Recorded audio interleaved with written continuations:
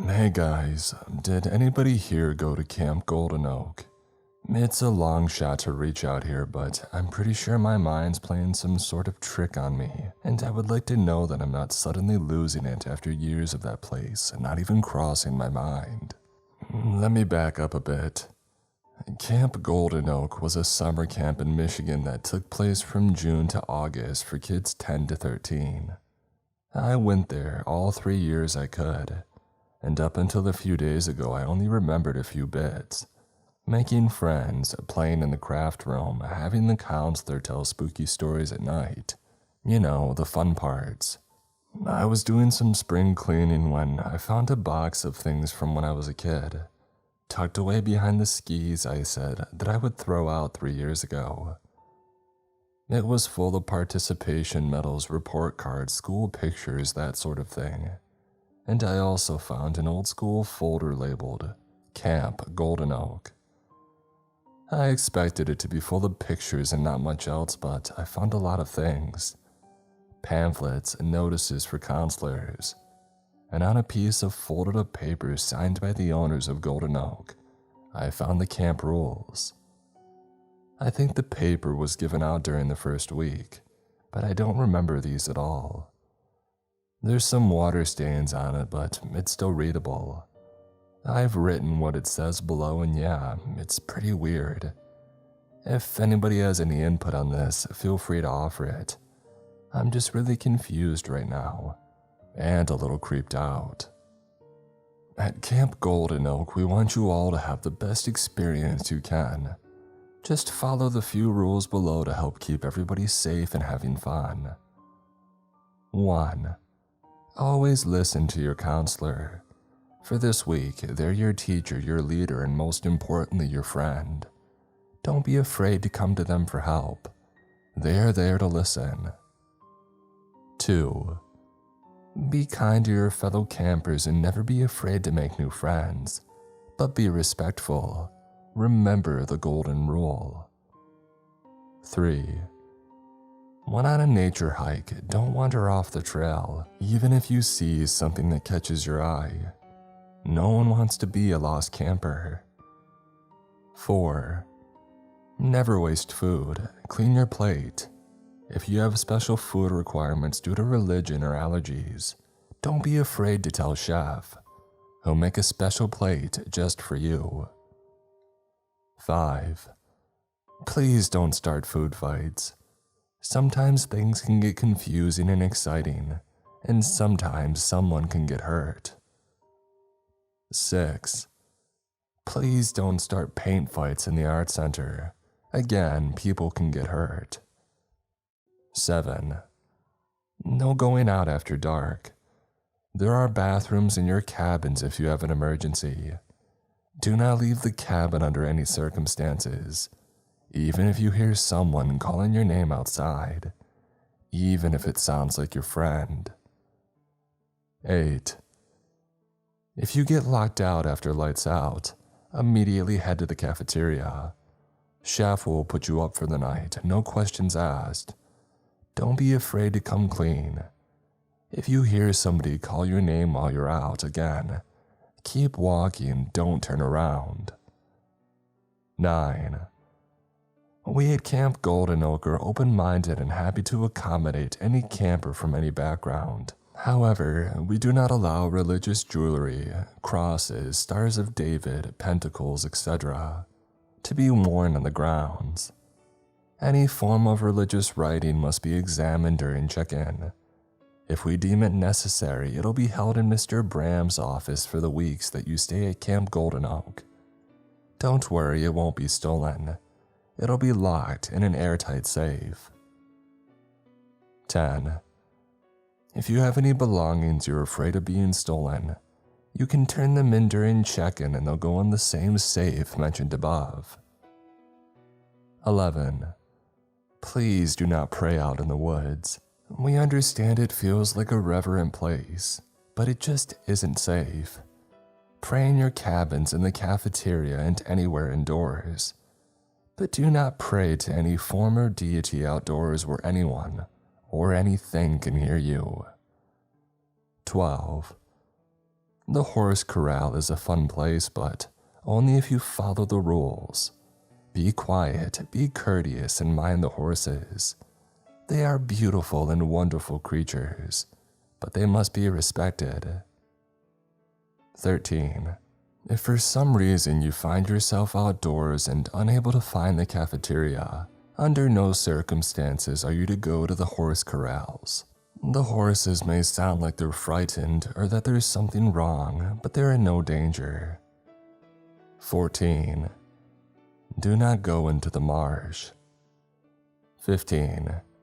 If during an activity a camper you don't recognize joins in, ask their name and what cabin they stay in. If they are unusually pale with blue lips, are unable to look you in the eyes, do not give their name. Change the subject and ask for your name. Tell you they stay in cabins 16, 19, or 21. Immediately end the conversation and tell your counselor that there's a lost camper in your group. They will end the activity and likely take you to the cafeteria. The chef will keep you safe until the situation is handled. 16. Under no circumstances do you tell a lost camper your name. Under no circumstances do you follow them to any of the following locations. Any of the mentioned cabins above. They are unused and unsafe. The horse corral, the marsh, the arts and crafts room. 17. If one of your cabin mates go missing, tell your counselor immediately. We may be able to save them from becoming a lost camper. 18. If you feel anything is not right, anything at all, tell your counselor. 19. If you feel your counselor can no longer be trusted, talk to the chef. 20. And remember to have fun. Mr. and Mrs. Lewis Bram. Hi again. Wow, I didn't expect so many people to be interested in Camp Golden Oak. Some of you questioned what the heck was going through my parents' minds when they sent me there. And after reading that rule list, I completely agreed. I managed to get my dad on the phone and brought up that I had found some of the souvenirs from Camp Golden Oak as a way to bring up the old place. One of my suspicions was correct. Dad never saw this rule sheet, and I'm betting that Mom didn't either. I don't know why I didn't show it to them or talk about the camp's bizarre rules. The more that I pick my brain about it, the more I feel like I've forgotten something really important. But anyway, I'm getting off track. I dug more through the folder and there's a lot there. But the next thing that really caught my eye was the leech advisory. Yeah, it's just going to get weirder from here. The notice looked like it had been pinned to a wall, and judging by the rip near the top, I tore it down to take with me. Younger me was a little menace. The paper has some sort of tacky stain near the corners. I'm assuming from a sticky child's fingers, and it's meant for the campers to read. Greetings, campers of Camp Golden Oak. I hope you're having the time of your life this summer. Now, we've had some heavy rain lately. I hope you've had fun with your extra time in the arts and crafts room, but we're ready to go out and have fun. This week's activities will include more nature hikes through the woods, and seeing who will be the first camper to climb to the top of the rock wall this summer. However, with the rain, it means the ground is quite muddy. And although they usually stick to the marshes, the leeches love to go exploring when the ground's like this. Don't worry, leeches are nothing to be scared of. They're part of nature, just like the raccoons we see reclining around the dumpsters behind the cafeteria. Here are some things you can do to make sure that you don't get hurt. 1. Wear long pants and tennis shoes, tucking your pants into your socks. It looks silly, but it prevents the leeches from hooking onto your skin. If it's too warm to wear a jacket, don't worry about it. But some of the leech species around here can drop from the trees and land on your arms and neck. You'll feel them a bit quicker, but it's better to be safe than sorry. 2. If you find a leech on your body, don't panic. First, call for your counselor. If they are a distance away, determine if the leech is bit into your skin. You shouldn't be able to feel it. Give them a quick tug, and if they come right off, then place them on the ground and wait for your counselor to come and identify the type. 3. If the leech has attached itself to you, remember, do not panic. Wait for your counselor. Do not attempt to remove it by yourself. 4. Once your counselor has removed and identified the leech, you will either be taken to the main office where Mrs. Bram will clean off the wound and send you on your way, or to Chef in the cafeteria. Some of the leeches around here have some nasty germs in their mouths, but Chef knows exactly how to clean up the wound so that you don't have to worry about getting sick. 5. Remember to tell your counselor immediately if you find a leech on your body. Don't be embarrassed if it's crawled somewhere that is covered by a bathing suit. We're here to help. If any young women are too embarrassed to have the chef take care of their leech bite, then Mrs. Bram will do her best to treat it. Thank you very much.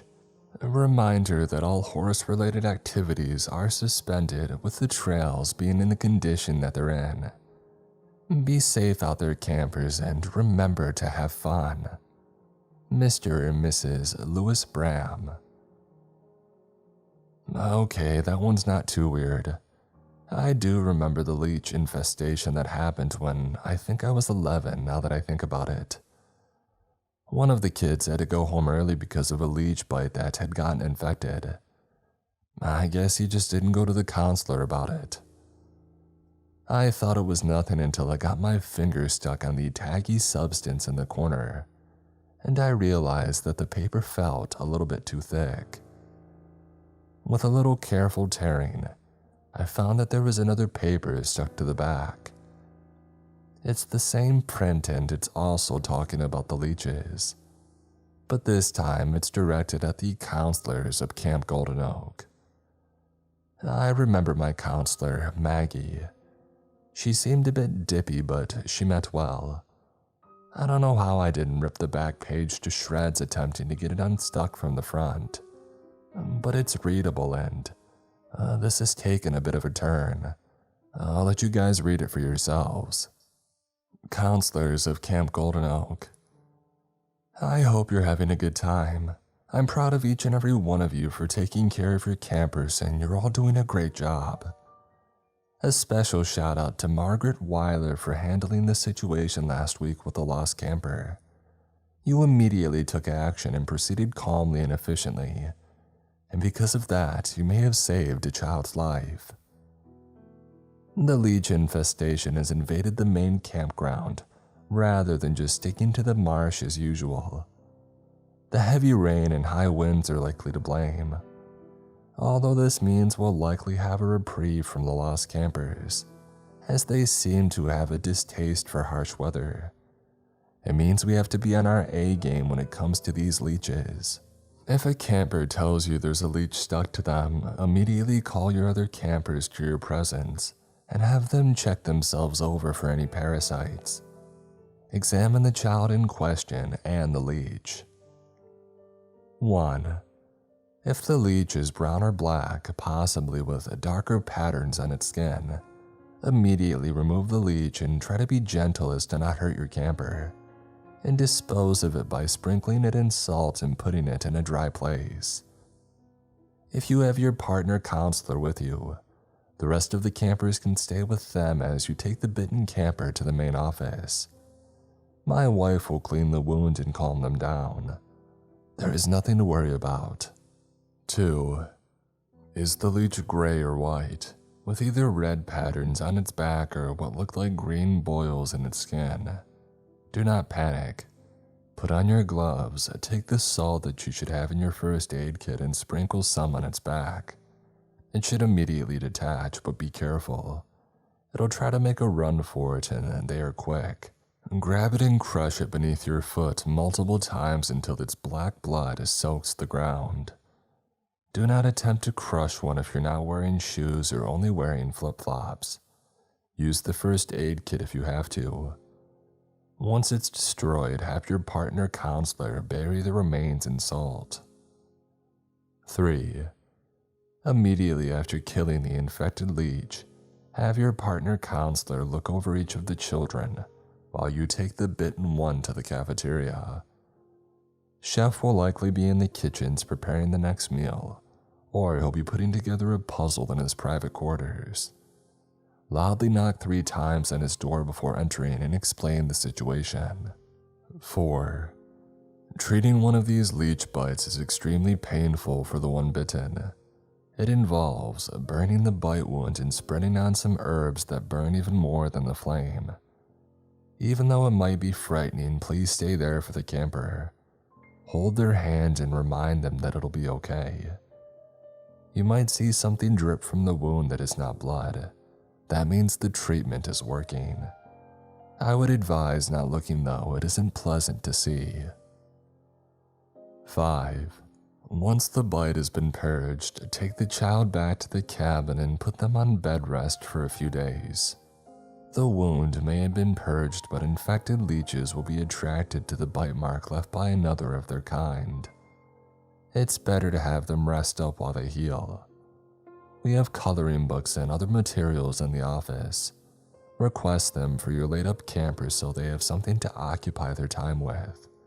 If they have to go outside, make sure they wear long sleeves and pants so the scent of their blood is at least partially masked. 6.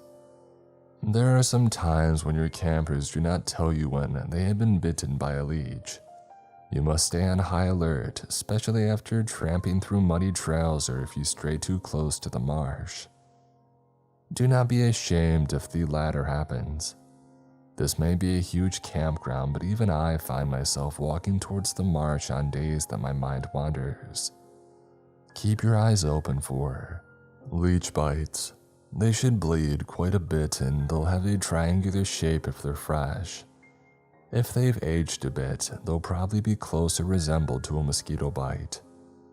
Have chef look at a bite you find suspicious, particularly if your camper is acting shifty about it.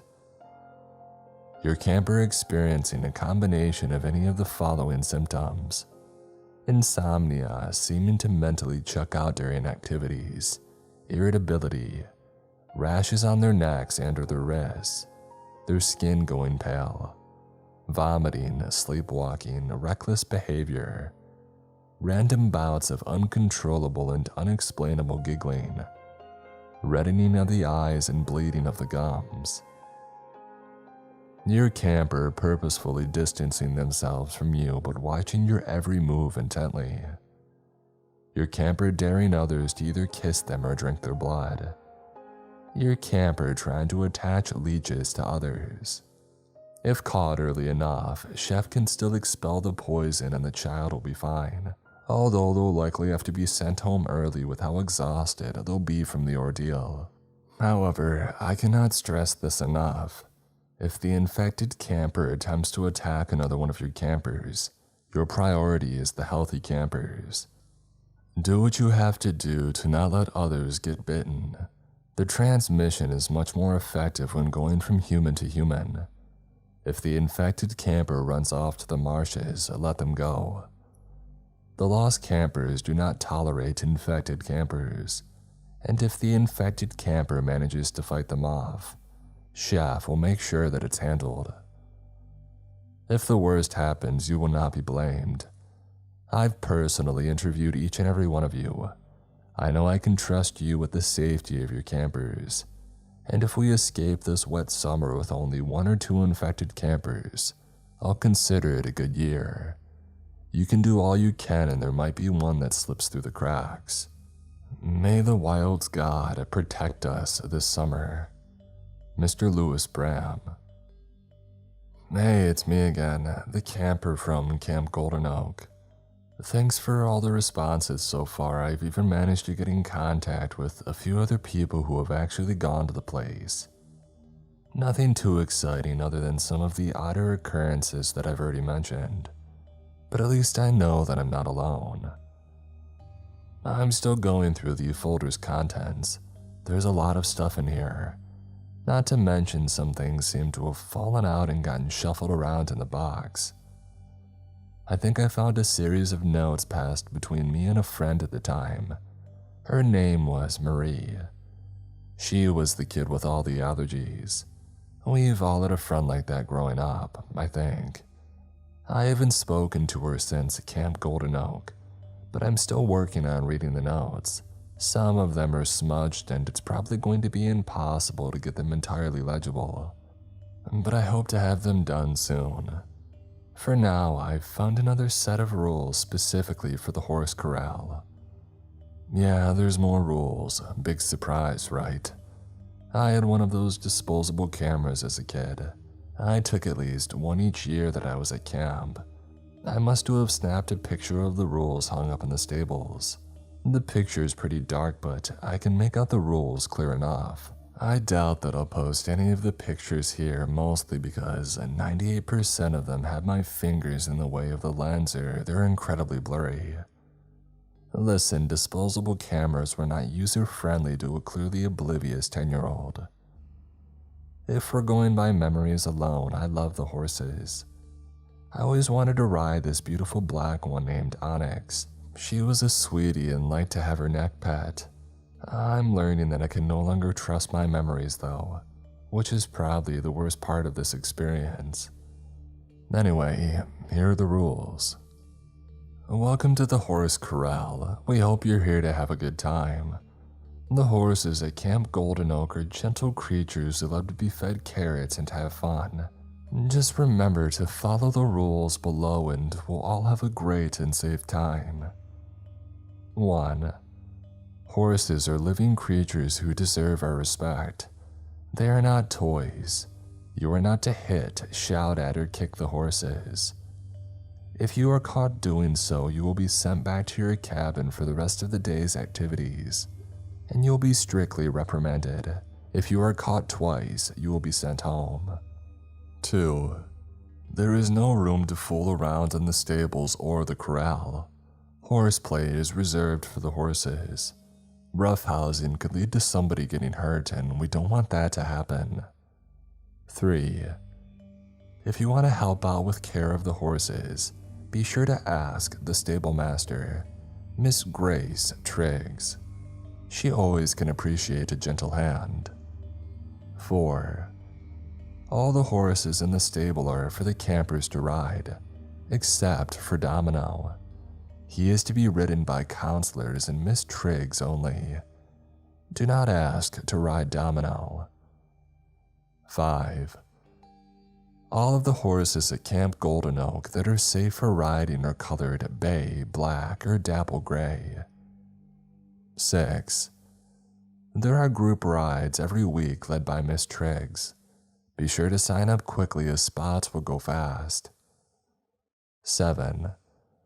Remember that horses can see things that we do not.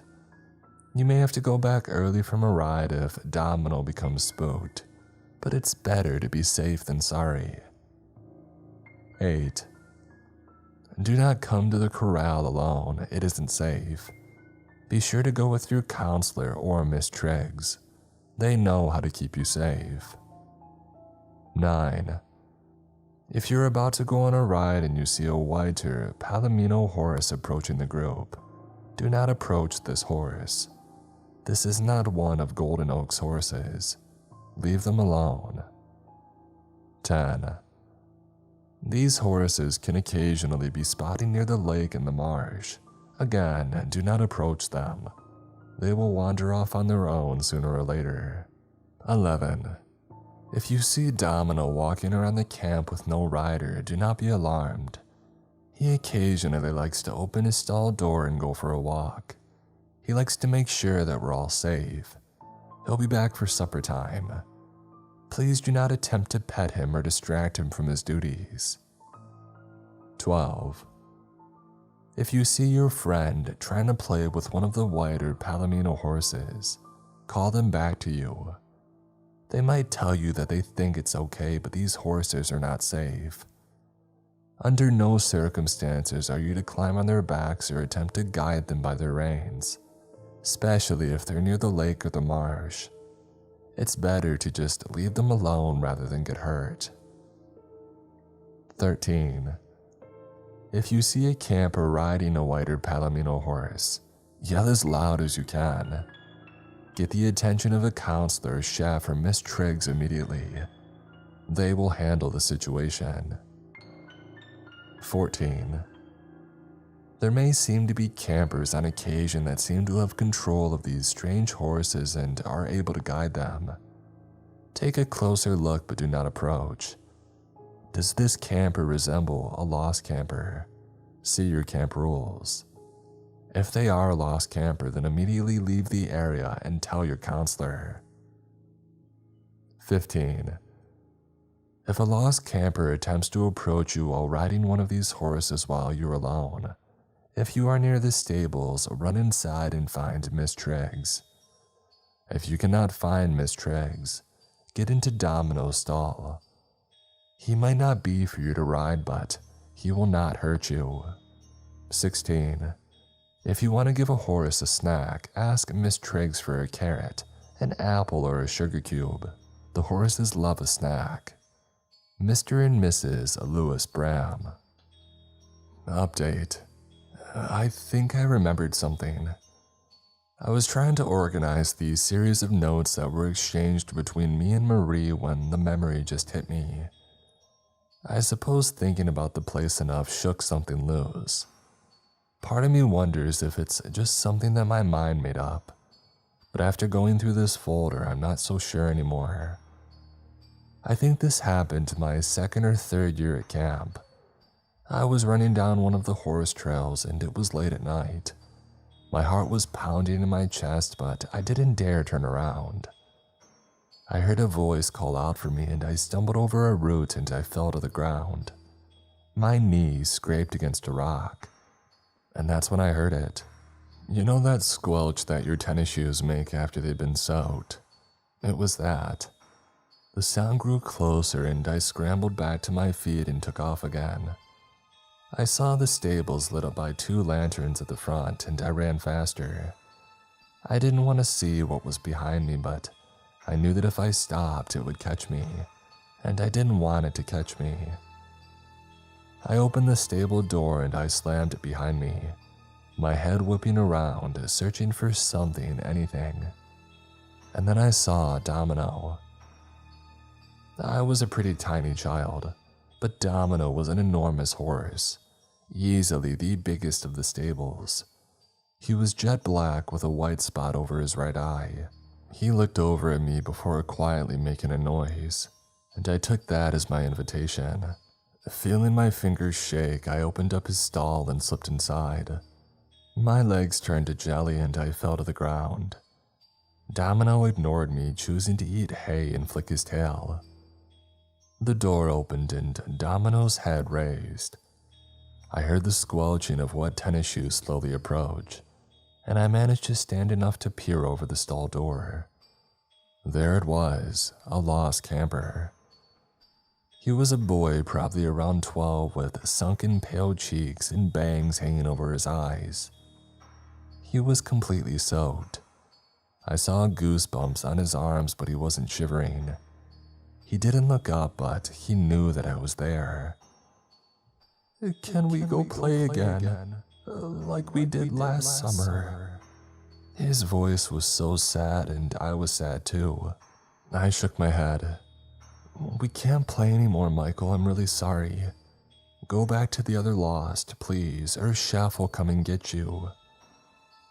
Michael rested a wet hand on the stall door but withdrew it quickly as Domino lunged, his body slamming against the door. He gulped as he stared at the horse and I saw his eyes. They looked watery like he was sick, but his pupils were shrunk down to pinpoints, black dots in a blue expanse. He looked at me and I felt like he recognized me. He opened his mouth to say something when the stable door banged open and a bright light shined in. Get your butt out of here, you little demon. Out! Michael bolted, his shoes squelching slowly and disappearing into the distance. Miss Triggs walked up to the stable door, lifting up her flashlight. She wasn't a very big woman, but the gun on her waist wasn't the prop one she used for telling stories by the fireplace at the meal hall. She sighed and shook her head. There's no bringing back the lost kid. Come on, I'll let you bunk with me tonight.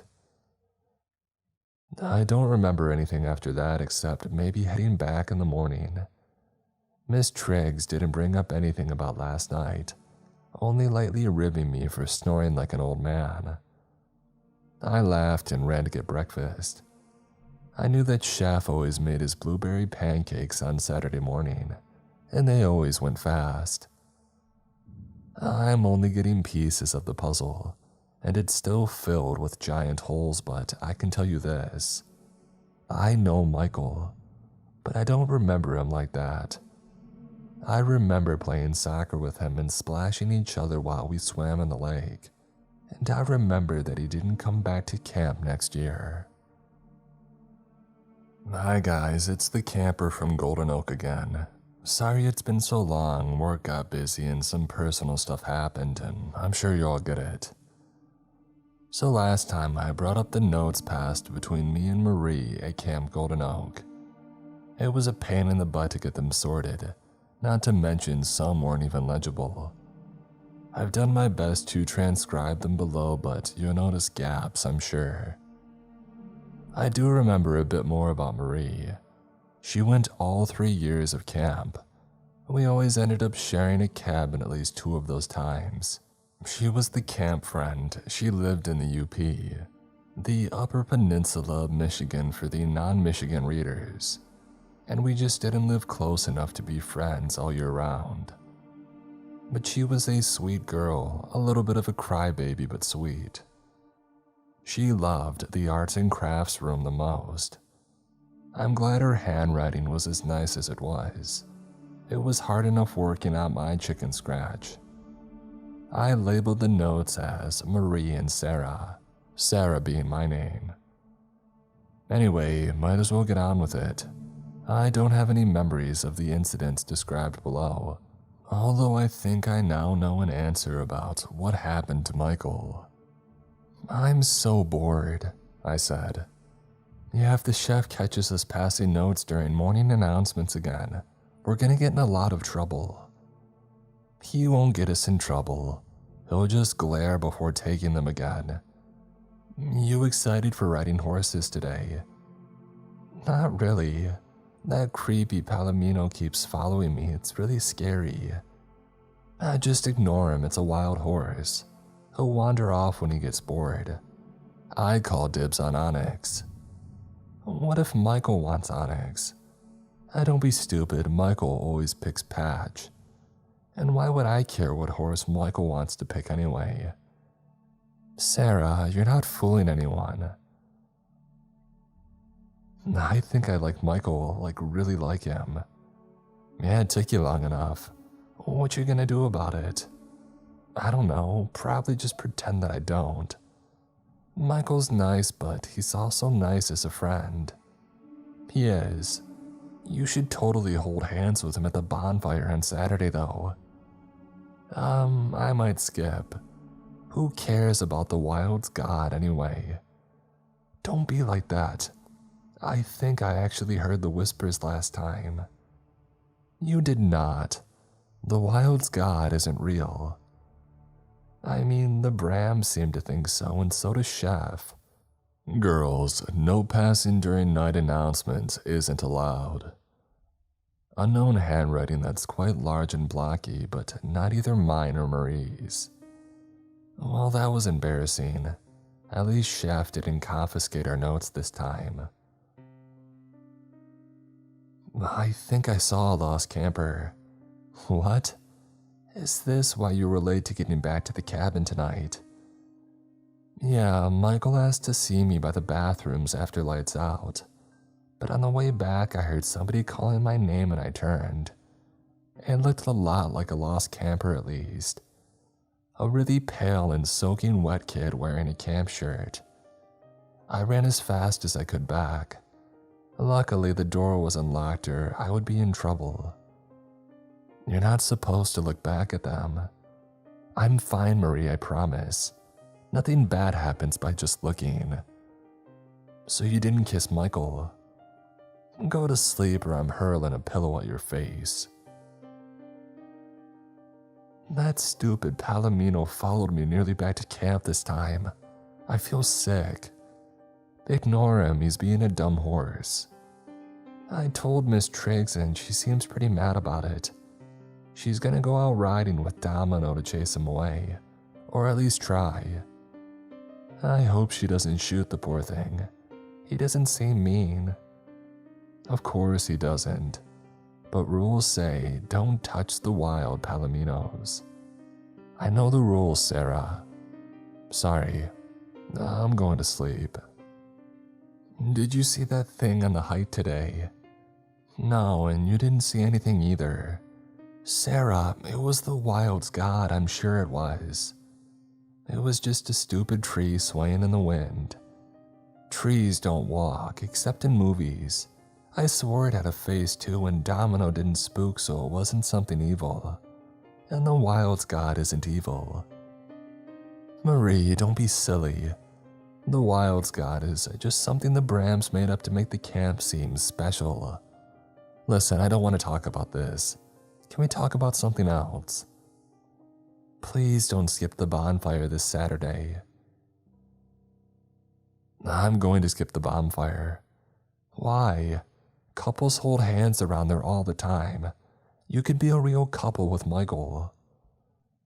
Michael thinks the whole ceremony about the wild's god is a bunch of crap. So we're skipping and we're going to take a walk around the lake. Are you crazy? What about the marsh? What about it? We're not going to go near it. It's gross and it smells terrible. And we're not crazy, we just want to be alone. You're making a mistake. I'll tell the chef if I don't see you.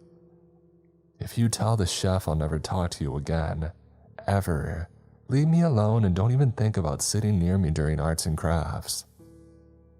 Here, I found a letter folded up several times and it was pretty crumpled up. It definitely isn't from me or even directed to me, but I have no idea how it's in my things. Chef, my name is Marie. I have a best friend named Sarah. She's going to try to skip the bonfire on Saturday night to go hang out with Michael. She doesn't want me to tell anyone, but I'm scared for her. She could get hurt. I know she saw a lost camper following her last week, and I'm scared that it'll find her again. Please, try to stop her from going. I know she'll never talk to me again, but I need to make sure that she doesn't get hurt. Thank you, Marie. Marie, I'm really sorry about what happened. I know you're probably still sleeping after what happened, but I need to make sure you know that I'm sorry. You were right, I was being stupid and Michael was just so brave, and I want to be brave too. I wanted to impress him, and because of that, I'm never going to see him again. The lost campers. Michael thought one of them was his friend. That was the one that I saw after meeting Michael at the bathrooms. They're evil. They smell like a wet and moldy basement. They started singing the camp song and chased us into the woods. I almost ran into the marsh when you saved me. You stuck a foot in instead though. You had like 3 leeches stuck to you, and I'm so sorry. That must have really hurt. Michael's still missing. The Brams and some of the counselors have been searching nonstop, but I don't think that they'll ever find him. He's one of the lost campers now. I'm so sorry, I should have believed you. Because I was stupid, you got hurt and Michael's gone forever. I know you'll probably be going home after you feel a little bit better. I don't blame you if you hate me. Please don't hate me. Sarah. Dear Sarah, the wild's god spoke to me during my dream. You need to open your ears to him or Michael's going to lead you to join the lost.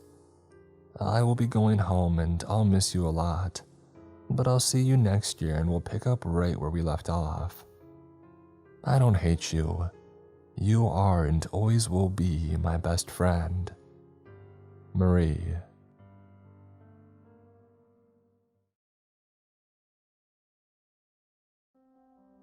In hindsight, I should have listened to the alarm bells in my head when 8-year-old Cassie announced that she and her cabin mates were going to skip out on camp activities to play Operation instead. Though it's not like I didn't have things on my mind, 7 counselors had gone missing, along with our head counselor who was supposed to be taking care of us. It started out fairly normal. I mean, 1 or 2 counselors wasn't bad, right? Lily and Joey had been drowning in sexual tension for a while, so nobody was surprised when they sneaked into the woods for what I could only guess was the most uncomfortable sex ever. But they didn't come back. Teddy and Yuri went to look for them, and then they too also disappeared. It was almost like a wild animal was laying in wait for another unsuspecting teenager to cross its path. With 6 of us left, I was definitely freaking out. I wasn't expecting summer camp to be like this. I did consider working in my local Sephora, but Mom had a preference, and whether I was 18 years old or not, she was getting her way. So it was goodbye civilization and hello Canadian wilderness.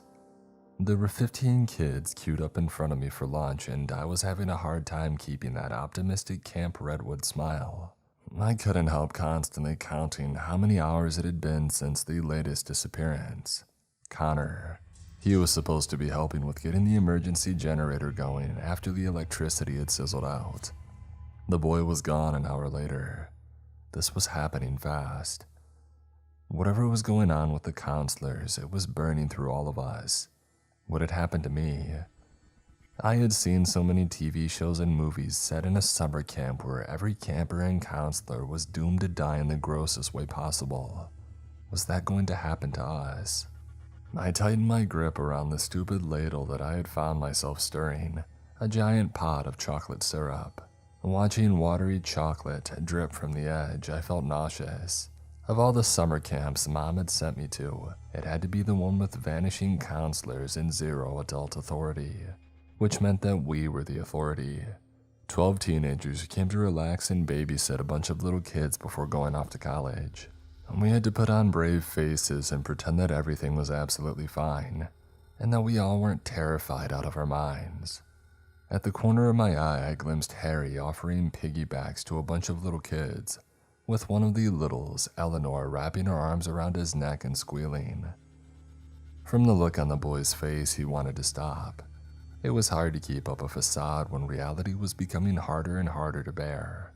Abandoning his hat completely, Harry was dripping with sweat, trying to twist his lips into the Camp Redwood grin. But looking closer, as he galloped across the cabin with Eleanor holding on for dear life, the guy was ready to collapse, and I didn't blame him. Entertaining the kids was supposed to be Teddy's assignment, and he was who knows where. I had taken over lunch duties for Lily, who had joined the long list of the missing. Harry was supposed to be joining the search party for the missing counselors, but had ended up becoming the little's personal punching bag. When I had first met him, Harry Carlisle had been the kid who sat on the sidelines and offered sarcastic remarks and crude jokes.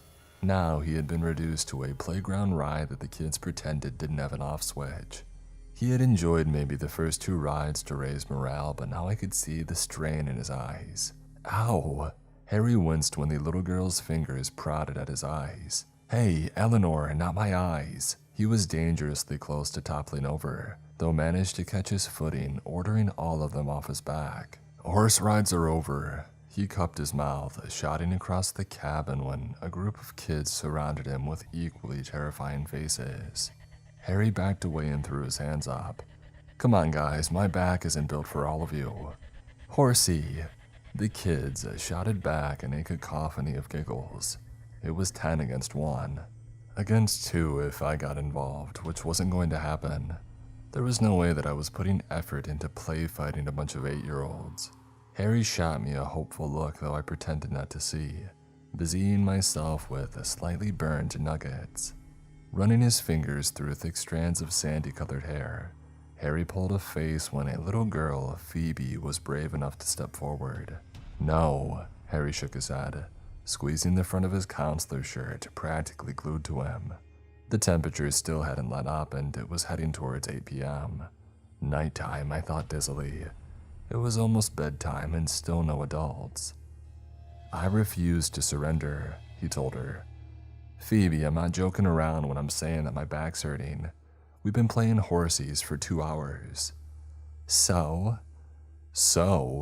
Harry couldn't yell or hiss or swear at them. That was a big no-no with kids. However, I could see that he was coming close to breaking that rule.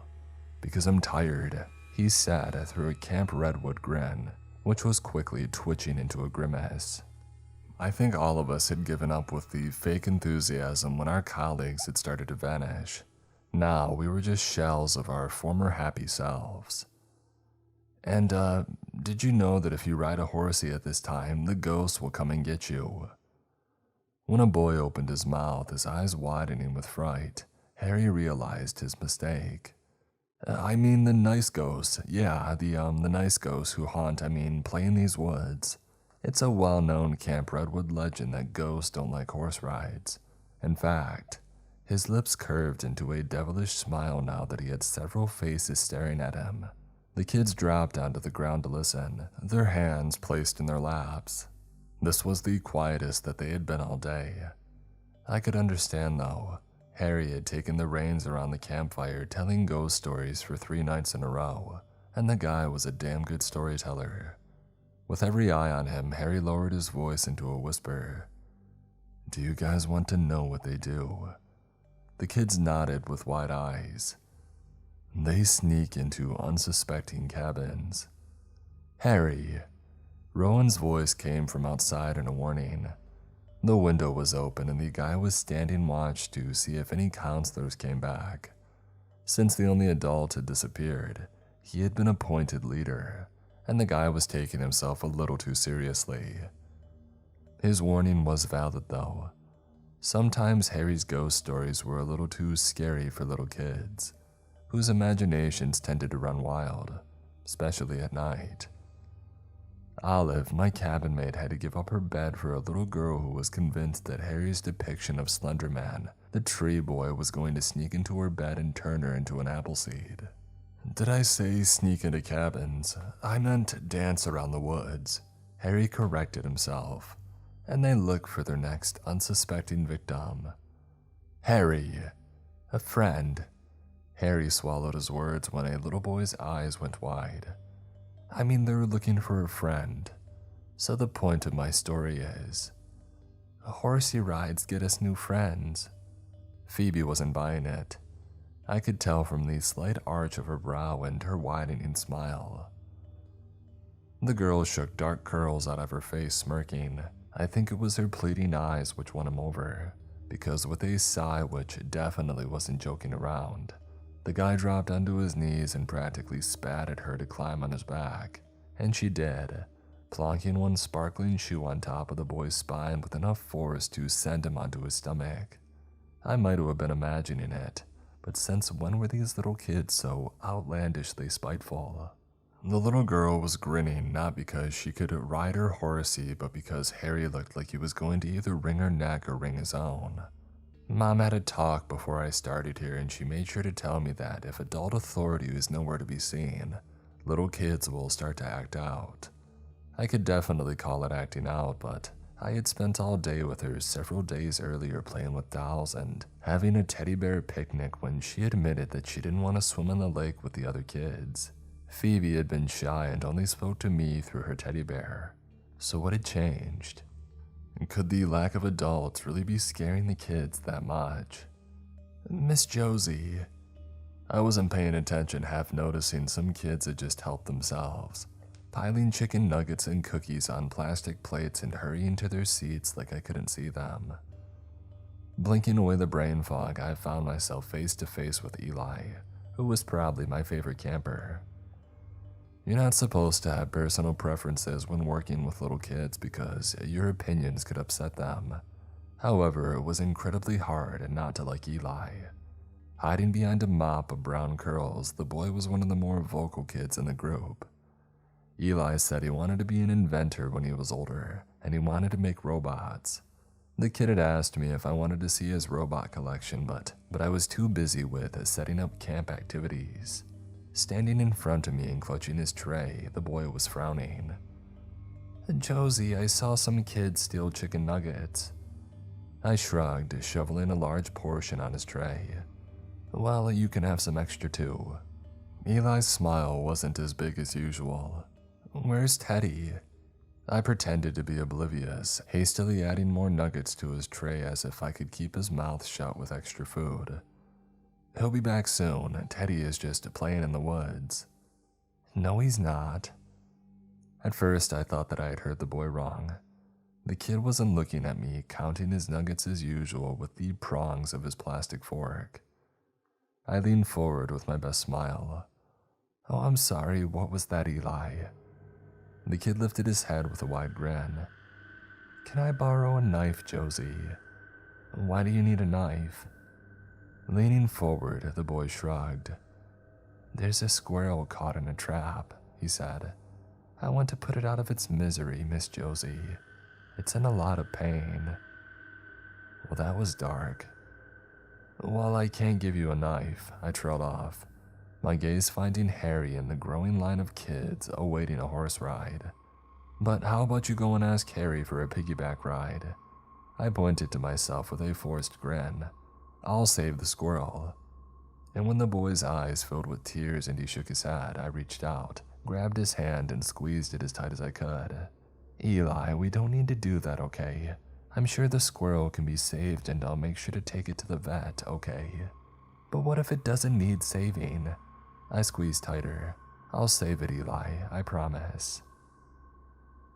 Eli didn't look convinced, but he nodded with a grumble. Okay, he said before twisting around and joining the other kids, messing with Harry. Immediately I left my station, whether Rowan liked it or not, and headed outside to look for this supposedly dying squirrel. That was something that we didn't need. The sky was darkening when I made it into the woods, cotton candy clouds blurring through the thick canopy of trees. Eli said it was near the sign pointing towards the lake.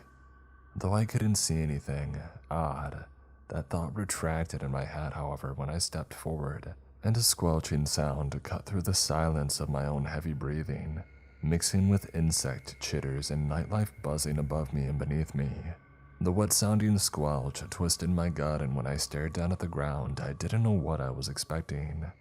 A squashed squirrel, perhaps. In Eli's words, the poor thing had been on the edge of death. Though when I was thinking about it, there were no animal traps around camp. That was basic health and safety. So what the hell was I looking at? The bottom of my shoe was caked in dried blood, but it was the thing which was stamped into the dirt which sent my heart into my throat. It looked like an eye, but looking closer as I lowered myself to the ground, I glimpsed something metallic, something glistening around the pupil. I picked up a stick and prodded it, though the thing didn't move.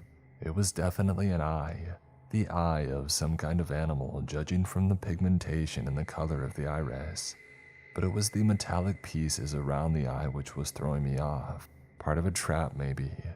It wouldn't be out of the realm of possibility that a poor critter had been ripped apart, and a wild bear had dropped its dinner near the camp, and the metal encasing its eye was most likely pieces of trap. Peering closer though, I glimpsed silver slithers and what appeared to be the destroyed nerve caked to my shoe. After scraping most of it off, I caught glistening pieces of blood, stained metal catching the late setting sun. This time I pinched a piece between my forefinger and thumb. It didn't look like a bear trap. The metal itself wasn't serrated or old. In fact, it was new. Which begged the question, what was this thing? Whatever it was, it had started converting what looked like a critter's eye before stopping. Was it a virus? When that thought slammed into me, I fell back with a hiss, swiping my hands on my shirt. What are you doing? I almost jumped out of my skin, diving to my feet. Carmel was standing behind me and grasping what looked like her 6th or 7th coffee. The girl had been running to and from the coffee machine all day, and I had been silently counting how much caffeine she was consuming. Carmel had been a well-put-together and fairly popular girl when camp had started.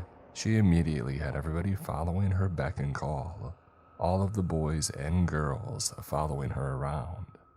Carmel wasn't straight. She made that clear on the bus to camp, announcing that she wasn't interested in guys and that she had a girlfriend back home. Still, though, the guys still followed her because, well, she was pretty.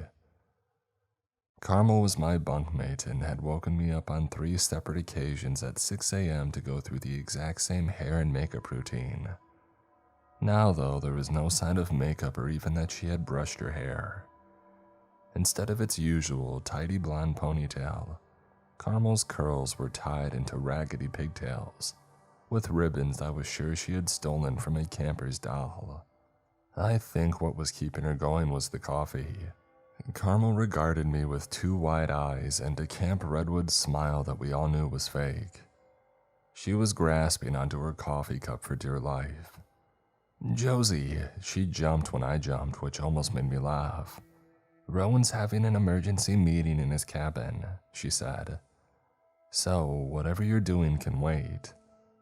Her gaze flicked to the ground. "What are you doing?" For a brief moment, I considered telling Carmel that I may have found what looked like a virus which had turned to flesh and blood to metal, before I remembered her reaction when a spider had crept into our cabin. Whatever this thing was, keeping it a secret for now was probably what was best. Making sure that I was standing on the thing, I shrugged. "I was looking for the others." Carmel cocked her head before resting her coffee on the ground. "In the dirt?" "The footprints, Carmel." The girl looked confused before shaking her head. "Oh, okay, whatever. Tell the others that I'll be there in a sec. I just need to make sure that the kids are okay. We're putting a movie on for them in the lunch hall, so that will hopefully distract them for maybe 2 hours. I nodded. Did anybody find a phone? Not with a signal. Carmel. I had to fight back the urge to yell at her to keep her voice down. Kids were curious, and I wouldn't be surprised if we had some littles peeking into our conversation. "You're okay," I said softly. "I mean, we're not okay because, yes, things are very screwed up right now, but we need to be optimistic." I exhaled out of breath, searching for eyes in the dark. I tried to smile, tried to keep up that Camp Redwood facade that we were all held hostage by until the last day of camp. According to rule number 5 in the Camp Redwood Counselor Handbook, all counselors must retain a smile and a positive attitude. If any counselor is caught making a frowny face or spreading what we call unhappiness, we'll be forced to send the counselor home.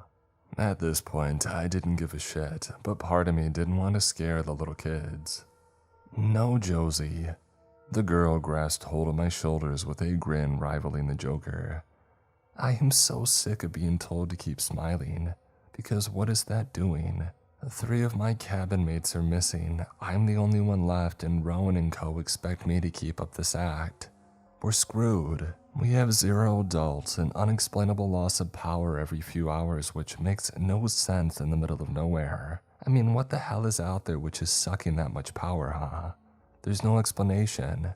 There should be an explanation. I should be able to think, oh, yeah, that's why. But no. Things are happening, and I don't know why they're happening. Rowan is trying to force us to act like things are okay, but in reality, he's shitting himself, Josie. We are all shitting ourselves." I took a step back, keeping a hold of her hand. Carmel was trembling, her hands clammy and slimy, entangled in mine. "He's just trying to keep the kids from freaking out." She groaned, tears glistening in her eyes. "Okay, yeah. I'm blaming them because they keep acting like everything is okay. Everything is okay." I turned to her with what I hoped was a reassuring smile, knowing damn well about the thing that I had found in the dirt. If that thing could spread, it would have a field day in an enclosed space like a summer camp. I noticed my own hands, which had been touching the thing, making contact with Carmel, and I dropped my hands, inwardly squirming. If that thing was a virus, I was already screwed. Maybe Carmel too. If it was fast acting, it could explain the counselor disappearances. I was already putting together a plan in my head as we headed back to the main cabin. We had to put together a search party. Some of us would stay with the kids while a small group would venture into the woods to try and look for traces of the missing. If I was right, we would find a horror scene in the woods, and yes, that would be the time to panic. If I was wrong, however, there was still hope. Are we going to be okay? Carmel's voice sliced into my thoughts, and I took a moment to drink in the camp around us. Usually when the sky was turning twilight, it would be bustling with campers and counselors, toasting marshmallows on the fire and gathering around to fall asleep to Harry's ghost stories. Carmel would be knelt with a bunch of the kids, watching a YouTube video that they had all insisted on her watching, while Rowan would be hiding behind his book with his knees to his chest, his gaze glued to every page that he flicked through, ignoring everyone. Teddy making funny faces for kids who were scared, and Connor handing out plates of burgers and hot dogs. I remember feeling safe and at home, cozy around the flickering orange of the fire as chatter turned to laughter and white noise in my head. After the kids went back to their cabins, the group of us would resume positions around the fire, but this time it was more intimate. With Allison in her cabin, we kind of ignored her rules altogether. Making out happened because of course it did. Beer stolen from Allison's mini fridge and raging hormones, as well as late night skinny dipping in the lake did that. Couples went off into the woods and we all felt completely comfortable and at home with each other. Looking around at that moment, I felt sick to my stomach. That feeling was gone. The feeling of family and familiarity and friendship. What I was looking at now was that same log that we had all sat on, now turned on its side. Hot dog buns and candy wrappers littering the ground. It was a ghost camp. I could still see Connor's jacket slung on the ground and Lily's bright pink Ray-Bans sitting on a beer can, because there were no adults to yell at us to clean up after ourselves. I was frowning at the skeleton of the fire when Carmel nudged me. "Hey." Her voice was shaking slightly. "Josie, you didn't answer my question." Carmel wanted me to be the voice of reason, and I wasn't that. I was just as scared as her. There was only so much that I could sugarcoat, and I gave up doing that after the third counselor had disappeared. All I could offer her was a forced optimism. "Yeah," I said. "Just keep the kids busy, all right?" "Right."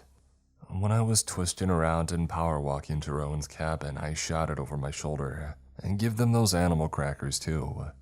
"What animal crackers?" I turned to elaborate, but Carmel was gone. When I finally got to Rowan's cabin, I was sweating through my shirt and had an idea of what I was going to tell the others. It was a thing, which could be considered a disease or a virus, so it was vital that we split up into two groups.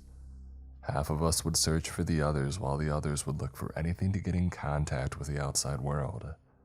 An emergency landline, a laptop, a cell phone. I did have one problem, which was lack of evidence. All of which was left from the thing that I had found was stuck to my foot. The rest of it was buried in the dirt. It was too dark to search for it, and we would be wasting time doing so. All of that was in my mind and tangled on my tongue, one single string of incomprehensible gibberish that I wasn't even sure was English when I stepped into Rowan's cabin, where 4 sets of eyes met mine. Olive cross-legged on the floor with her arms folded. Harry pacing up and down with a brand new bruise blooming under his eye, courtesy of Eleanor almost poking his eyes out, and Rowan himself sitting on the top bunk, his legs swinging off of the side. The guy wasn't built to be our leader, originally being the laziest of our group, opting for sitting in a tree with a book rather than helping set up camp activities. Yet he had become our default guy in charge because he so happened to be wearing the head counselor hat when Allison had disappeared. Admittedly, it suited him. The bright red of the cap contrasted his dark curls under a late-setting sun through the back window, setting strands of straying hair on fire. The hat was a little bit too big for his head, though, slipping over his eyes. Rowan looked like a divorced father of 2, dark circles bruising his eyes and a very dad-like scowl curling on his lips. With a clipboard pressed to his chest and a pen that he was chewing on, the boy resembled a grown man who had just caught his daughter coming in after curfew. "Josie," spitting the pen's lid out of his mouth. He scribbled something down.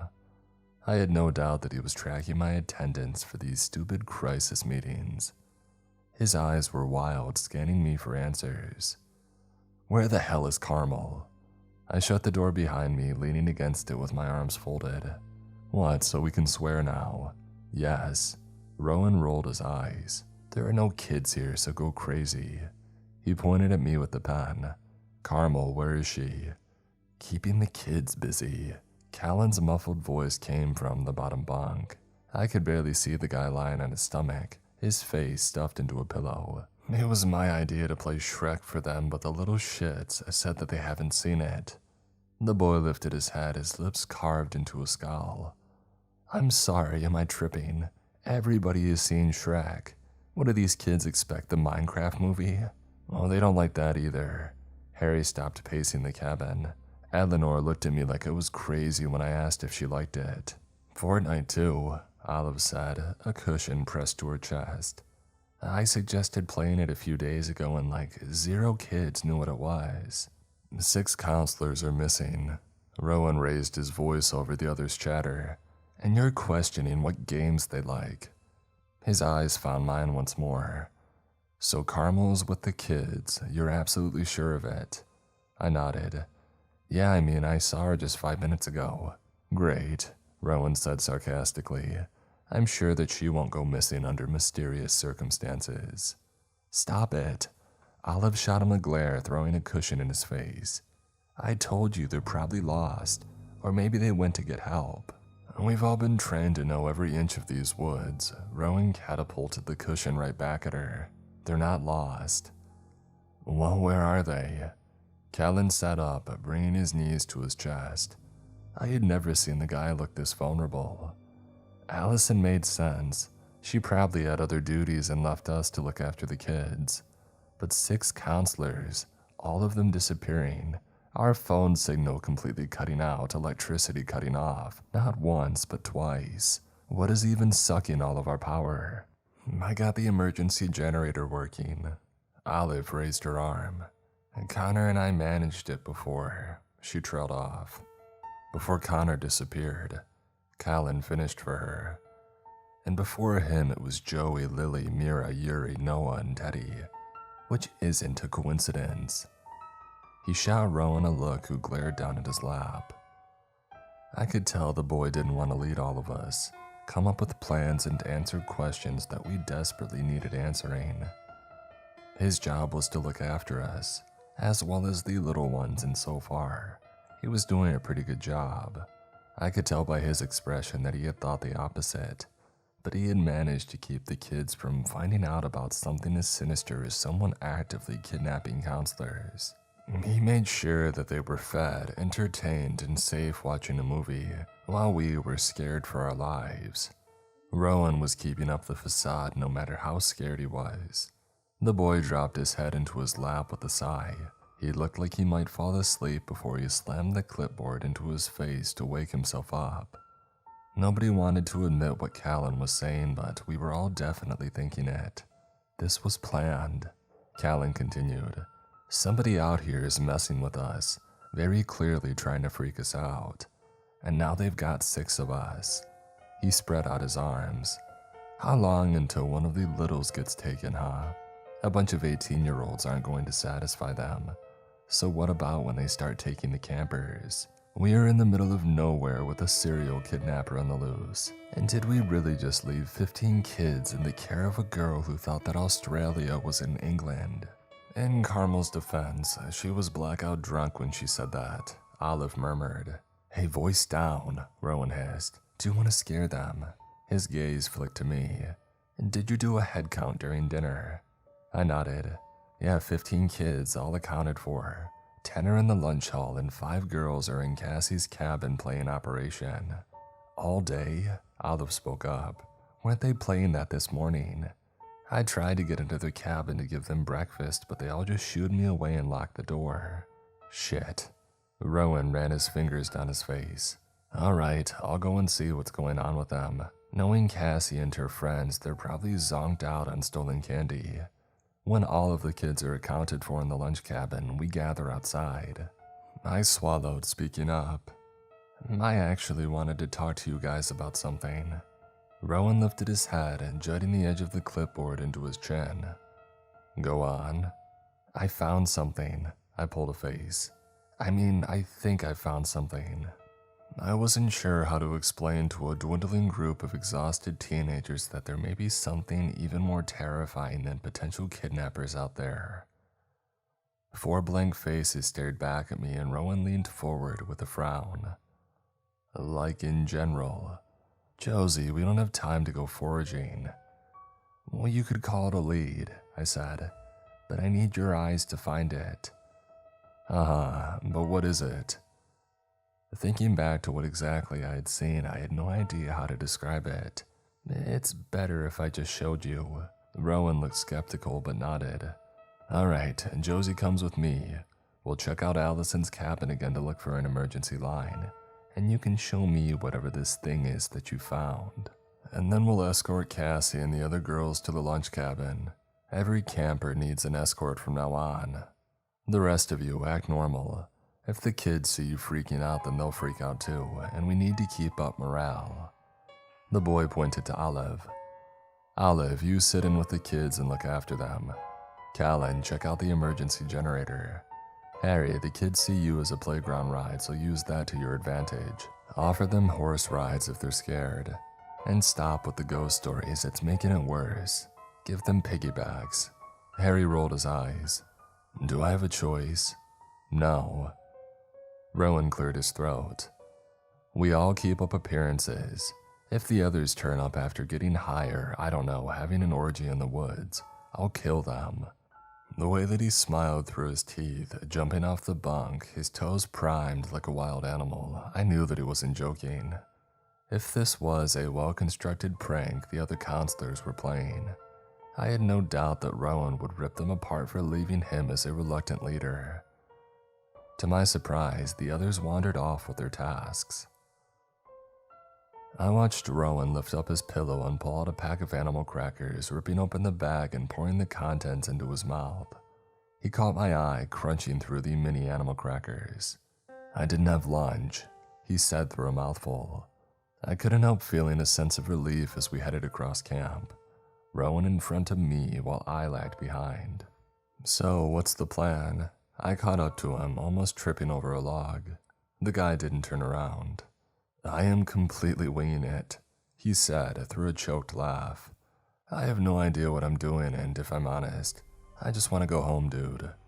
I haven't looked after this many kids in my life, and if I have to smile one more time as a little brat, I'm going to frickin' lose my mind. He heaved out a breath. I'm making this up as I go along. I laughed that time. That's comforting. Yeah? He turned to shoot me a grin. Well, rest assured that I'm just about as scared, if not more scared than you. As we stopped in front of Cassie's cabin, his gaze found mine. Is it me, he said softly, or does the lunch cabin seem quiet? He was right. The windows were dark when they should have been illuminated by the TV screen. Instead of answering, I stepped in front of him, grasping hold of the cabin door. Cassie, I knocked 3 times. Girls, are you okay in there? It's Josie and Rowan. I tried the door and it slid open. Shooting a look at the boy behind me, I turned back to the door. We're coming in, okay? Wait, Cassie squeaked from inside. But he's not finished. Ignoring the coil of dread unraveling in my gut, I forced the door open and stepped into an unusually milky white light which flooded the cabin. The first thing that I saw was 8-year-old Cassie sitting cross-legged with her back to me. She was sitting in a circle with the other girls, no doubt playing their game. When I stepped closer, however, I noticed something pooling across the wooden floor. It must have been juice or water that they had spilled. I took another step, but this time clammy fingers wrapped around my wrist and yanked me back. Rowan didn't speak, but his eyes were elsewhere. Initially, they had been drinking in the cabin before they found oblivion entirely. I heard his breathing start to accelerate, his grip tightening at my wrist. I had half a mind to pull away before I saw the body-shaped carcass that the girls were sitting around.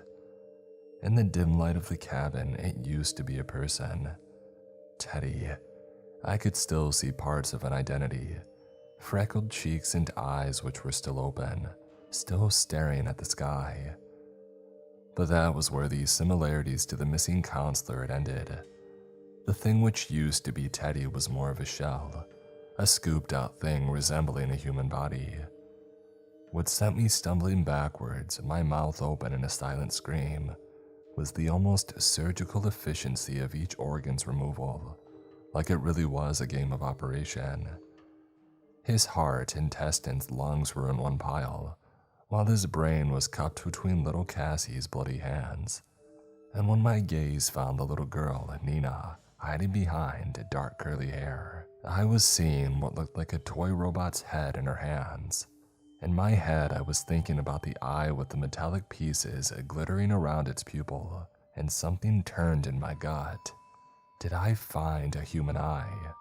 I was staring at the crevice inside the boy's skull and the boxes of surgical equipment piled on the girl's bunks, when Rowan finally pulled me back and I was stumbling straight onto my ass. "We need to go," Rowan spoke through a croak. Cassie's words rattled in my head. Teddy, I thought. Teddy wasn't finished. "Josie, get up, now." My head was spinning and I was sure that I had thrown up. I didn't even realize that we had managed to stumble from the girl's cabin before cool air grazed my face, tickling my cheeks. Something wet and warm and lumpy was spattering the front of my shirt. Before I could coerce words, the boy was pulling me to my feet and I was seeing stars in my eyes blinking brightly. When the two of us started forwards in a run, Rowan stopped abruptly. I followed his gaze to find several kids surrounding his cabin, where Harry, Olive, and Colin were. Maybe I was hallucinating, but Eleanor and Phoebe, both of whom wielding weapons where I had no idea where they had gotten them from, looked taller somehow. Rowan didn't waste any time dragging me back. "Allison's cabin," he spoke in a cry which became a sob, pulling me across camp and stumbling over rocky ground. "We need a phone. God, we need a phone." Rowan was struggling to stand, occasionally bending over and choking up dust. They were playing Operation. Literal Operation. "But they're kids," I choked out. Little kids who had surgically removed every organ inside of Teddy's body. Little kids who were hunting the other counselors down and would surely be coming for us. Allison's cabin was thankfully further into the woods. When we were safe inside and Rowan was locking the door, I dry heaved several times, unable to get the sight of the glistening gore splattering the cabin floor from my mind. "Josie," Rowan was already tearing apart the cabin. "Work with me here, okay? We don't have time to freak out or to barf. We need to get help, like now." Rowan was freaking out, and when he hit the ground on his knees, I took over. I searched Allison's desk first. Nothing of importance, just documents and invoices. Digging through her drawer, there was still nothing, and we were running out of time. Abandoning the desk, I went through her suitcase and bags. When I was crawling under her bed to try and find a weapon, Rowan hissed out, "Wait." When I turned to him, he was still kneeling, but his foot was clamping down on a loose plank. The guy didn't hesitate, pulling at the loose plank, which, to my confusion, revealed what looked to me like a trapdoor. Rowan turned to me. "You're kidding." I could only stare at the trapdoor revealing stone steps. He peered down, his voice echoing, "Allison has a secret bunker." His lips curved into a surprisingly childish grin which took me off guard. "Oh wow, that's so cool." Lifting my head at the sound of loud squealing, I glimpsed a group of littles led by Eleanor stalking towards us. Eleanor had a hostage, Harry, and with the way that she was sticking the blade of a scary-looking knife to his throat, I figured that she meant business. Their height difference was almost comical. The 18-year-old guy had to hunch over so the little girls could successfully keep him prisoner. Behind them in the trees, I could see something illuminating the dark, an electric blue light bathing their faces. So that was where the power was going. But what the hell were these 8-year-olds doing? "Josie," Rowan hissed from down below. He had already climbed down. I joined him, struggling down the stone steps before replacing the loose plank. If these kids were as smart as I thought, it wouldn't take them long to realize the loose plank, also a trapdoor. Allison's bunker was more of a control room. There were multiple screens lit up, a chair in front of a working MacBook. The phone line was cut, but that didn't make sense. The kids were unaware of the bunker, so who cut the phone lines? Rowan was on the laptop struggling to get through the password protection, so I turned my attention to piles of cardboard boxes. When I opened them, I found myself staring at animal crackers. There were hundreds of them, packed on top of each other. Looking further and digging through the boxes, I found a piece of old crumpled paper which looked ancient. Regarding Project Spearhead subjects, please do not ingest unless absolutely necessary. If multiple subjects ingest, please use self-destruct. Only use in cases such as imminent destruction to the planet or threat of nuclear war. Please contact families in advance. Make sure to ingest with water to avoid neurological symptoms such as psychosis, extreme violence. Please approach subjects with caution. Something ice cold slithered down my spine. Abandoning the boxes, I searched through a cabinet filled with files which were crumbling apart from age. I picked one at random and flicked through it. Eleanor Summers. Sex, female. Date of birth, 8/5/1977. Initially, I thought that I was reading the dates wrong, but then with my heart in my throat, I was grasping for other files. Eli Evermore. Male. Date of birth, 8/3/1979. Rowan, I managed to get out through a breath. What? They're not children. The boy rubbed his eyes, frowning. His eyes were half-lidded, almost confused. What? Eleanor, I whispered, is 45 years old. He nodded slowly, turning back to the laptop. How do you spell documents? I'm looking for digital versions, but I can't find any. You don't know how to spell documents. It's been a hard day, the boy whined, tipping his head back and blowing a raspberry. Whatever I was going to say was choked in the back of my throat when a loud bang sounded from above, the sounds of childish giggling coming through the floorboards. But the laughter didn't sound like little kids. No, it sounded like teenagers who were acting like little kids. I stared at the boxes of animal crackers and then at the file confirming Eleanor's real age. My own words shuddered through me, and I remembered finding Teddy's dismembered carcass in Cassie's cabin. When I had caught her gaze, the little girl didn't look scared, and somehow her fingers wrapped around the scalpel looked just right. Like the little girl knew exactly what she was doing. Hello? Harry's voice was a hysterical giggle. Ollie Ollie Oxenfree. Are you in here? Carmel joined in. I could hear their footsteps above, dancing across the room. Clamping my hand over my mouth, I dragged my knees to my chest and prayed they weren't smart enough to figure out that we were right underneath them.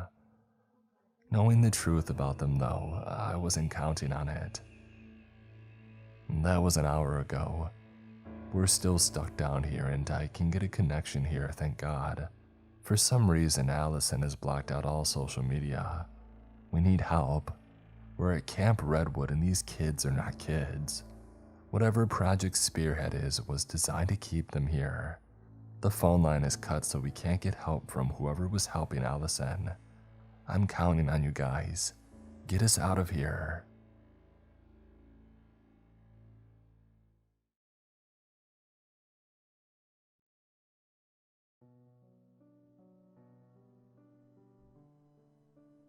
Work at Camp Oakwood. Looking for maintenance staff. No experience needed.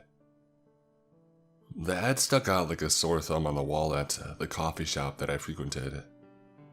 It was also new, given that I was at the coffee shop the previous day, and the poster wasn't there. At the time, I was unemployed and living at home with my parents.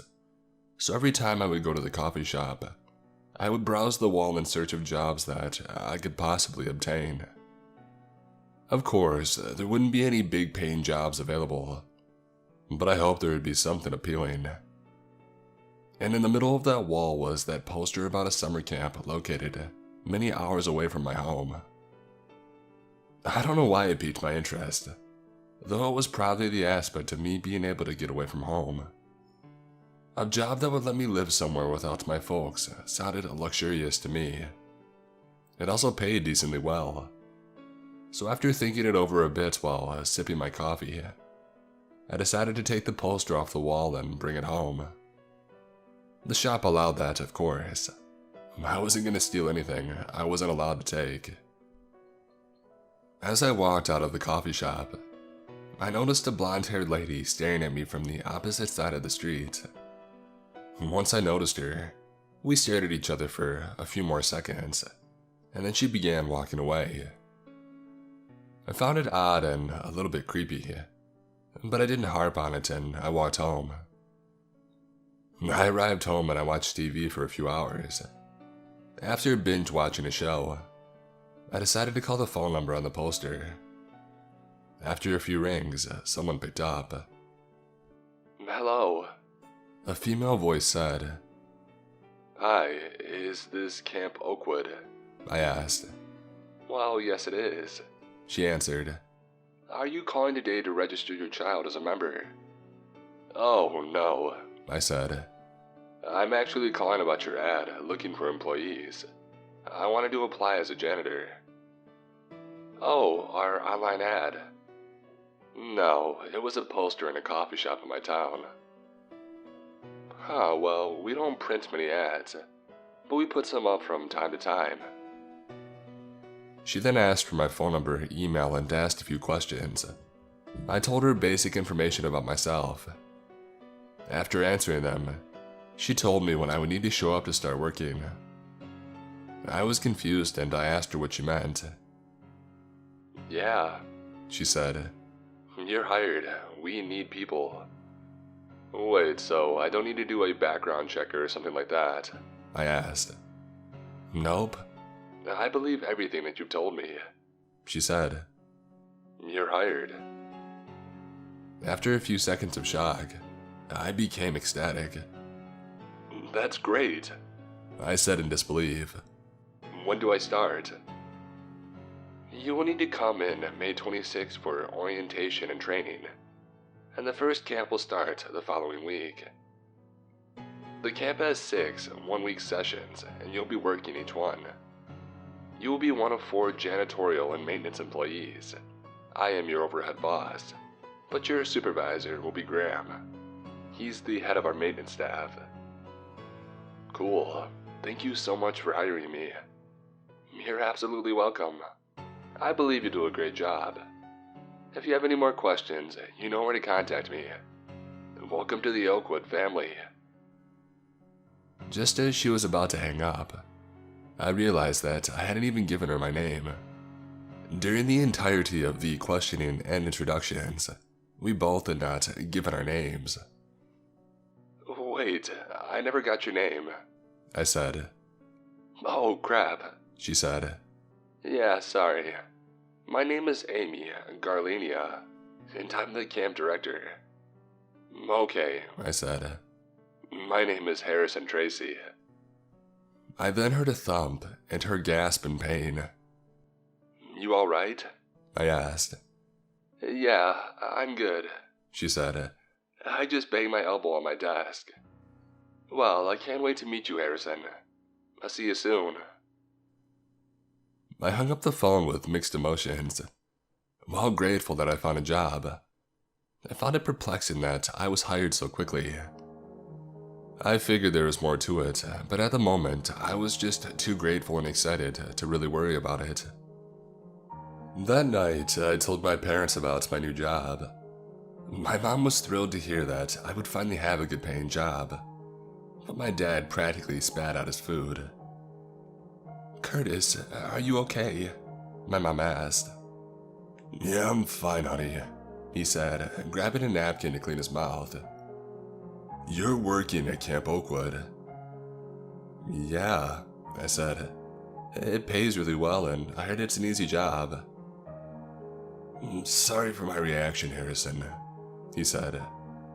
"I haven't heard that name in a long time. That's because I worked there myself many years ago as a counselor." "Really?" I asked him, into which he nodded. I proceeded to ask him some questions, but he seemed very hesitant to answer them. After failing to get anything, I went back to my room. Later that night, I heard my parents talking in their bedroom. They were trying to whisper, but I could still hear a decent amount of their conversation. "He can't go," my dad said. "That's the place that I told you about." "We don't know if that is," my mom responded. "The camp started long before he was born. Nothing's gonna happen. If something does, he can handle himself. After all, he has before." They went back and forth for a while. I honestly had no clue what they were talking about. I guess my dad must have had some bad memories from that place or something. When the time came, I packed up my stuff, told my parents goodbye, and headed off to Camp Oakwood. Amy told me I would be living in a 2-story housing wing located about 50 yards away from the main camp. There were 4 apartments, 2 on each floor. 2 or 3 employees would live in each one. The counselors would be sleeping in the cabins with the campers, so that left the nurses, cooks, and maintenance staff inside the wing. There were 11 of us, 3 nurses, 4 cooks, and 4 janitors, so I had a 1/4 chance of getting a 2-person apartment. I didn't really care, but I craved privacy, so I was hoping for the best option. I must have been lucky because I got the 2-person room. When I arrived, someone was inside unpacking. He was a pretty young guy, maybe a bit older than me. I'm 21, but very muscular. I made my way in to introduce myself. "Hey, I'm Harrison," I said. "Julio," he said. "Nice to meet ya." "I guess you're my roommate. I'm new here, so I don't know who else is here besides you and Amy." Julio chuckled and then said, "Same. At least I'm not alone." Before I could speak again, I heard someone walk in. I turned to see a large, older dude with a Santa Claus-style beard and tinted glasses. "Julio, Harrison," he said, his deep voice bellowing. We both said, "Yeah." "I'm Graham. I'm in charge of you guys. I wanted to come by and introduce myself." "Oh, well, it's nice to meet ya," I said. "And you guys as well," Graham said. He then pointed to a guy pulling things out of a white truck, before introducing himself as Carson, the 4th and final maintenance worker. Carson just waved at us and continued on what we were doing. "Do we start work today?" I asked. "No, but we'll be showing you around. Basically, what you'll be doing and the like. I'll be next door to y'all with Carson and one of the cooks. I'll come back in a half hour." And then he laughed. Like he said, Graham returned 30 minutes later. "Alright guys, follow me." Accompanying Graham was Carson. Now closer, I could get a better look at him. He was old as well, but skinny and bald. He didn't say anything or acknowledge us in the slightest, so I assumed he wasn't a social butterfly. Graham led us to a large golf cart and we all hopped in. As we drove off, Graham began speaking. "Okay, so our job is pretty basic. We clean every building 3 times a week, taking out the trash, dusting the rooms, and getting rid of any infestations. We also take care of the nature aspect, so lawn care, trees, etc. The last day of each session is a party day, so we also set up decorations, props, and other kiddie stuff." He went on about how we clean the cabins. We have to make sure we put every bag and piece of furniture back in place, We also had to keep an eye out for wild animals, as they could be dangerous to the campers. "So we're janitors, maintenance staff, and security guards?" Julio asked, jokingly. "Basically," Graham said before bellowing a laugh. He showed us several of the activity areas during our drive. There was an archery station, a swimming pool, the lake with a large rope swing, a playground, an open field, a basketball court, a sand volleyball court, and a rec center with ping pong tables, air hockey, and a foosball table. There was also a small building that Graham said was a chapel, but he said it was never used and we wouldn't need to worry about it. "I'm still surprised Amy was able to get this all situated in just 2 years," Graham said quietly. "What do you mean?" I asked. "We had to move camps 3 years ago because the city bought us out," Graham said, and no one had to explain now since I had heard him. "Eminent domain." "Why did they buy it out?" Julio asked. "Don't know." I thought his response was odd, but I didn't ask anything afterwards. After driving around some more, Graham took us to the main lodge. The counselors were already there, and the cooks were in the kitchen cooking dinner. Graham told us to mingle with the new counselors so we could at least know who we'd be working with for the next 7 weeks. Julio and I split off to meet the others individually. Most of the counselors were teenagers, with only a few being about my age and some being older than that. However, I was immediately made very uncomfortable by the ones that I met. Every time I would introduce myself, they would just stare in astonishment at me. It was as if they were staring at an elite celebrity making a surprise appearance. Some of them would even walk up to me and just stare, not saying a thing. After being made thoroughly uncomfortable, I went into the bathroom and hid until it was time to eat dinner. I sat in the far back corner of the room, away from everyone else. However, even as I ate, I still felt eyes on me. After we ate our food, Amy got in front of the room and began to speak. It was actually then that I finally saw her in person. She was a middle-aged woman, maybe my parents' age, with gray-streaked black hair wrapped in a ponytail and a face that matched her age. She told us that she was glad we had decided to work or return to work for the camp, and that she was excited for another great summer. After speaking for a few more minutes, we were dismissed for the night. I ended up staying back to talk to Amy about the counselors acting weird around me. "Well, you and Julio are the only new employees this summer," Amy said. "We usually don't get that many new employees, so they are probably just surprised to see someone new. But whenever I said my name, that's when they began to act weird," I said. She just looked at me, not saying a word. "What?" I asked. "Nothing. Look, just don't worry about it. If you're still uncomfortable, go back to your apartment." And with that, she walked away. I was so confused and actually a little concerned, but I decided to give her the benefit of the doubt. Maybe she was right. The counselors might be just really weird people. I walked back by myself to my apartment, but as I was passing the chapel, something caught my eye. I walked up the stoop and looked through the window on the door. Inside, there was a small light flickering at the far end of the room. I could see the outline of someone kneeling on the ground, their back facing me. I knelt down and I put my ear up to the door to listen, and I began to hear whispering. "Dear Savior, I've discovered it and I will do it. This is what you've wanted. I'm so excited to meet you." I then began to hear crying, but not of pain or despair. Rather, it was crying of joy. And then he began whispering again. "We won't let you down. I won't let you down. We'll all be at peace soon." Creeped out, I decided it was time to go. But when I got up and looked inside again, I nearly pissed myself.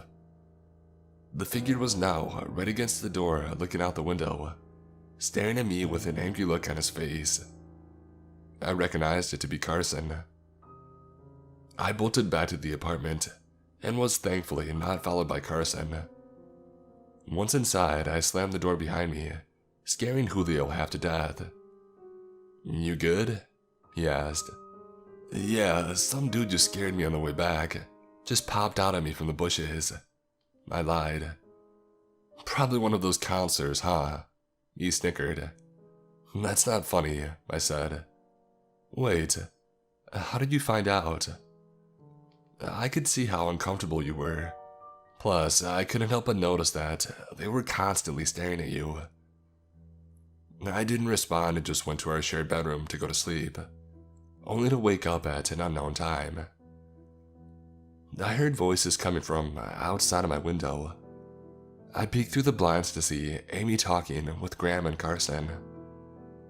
"I'm telling you, it's him," Amy said. "And I discovered how to finally perform it," Carson said. "It's almost time." "Look, whether it's him or not, I don't care," Graham said. "He's still my employee, and for all you know, he could be an innocent guy. The last thing we need is another innocent person being attacked by one of your employees." "I'll make sure once again it's him," Amy said. "I haven't figured out how to do it yet, but I'll figure something out. I still question why I let you work here if you don't agree with our beliefs." "You told me your reason when I was hired," Graham said.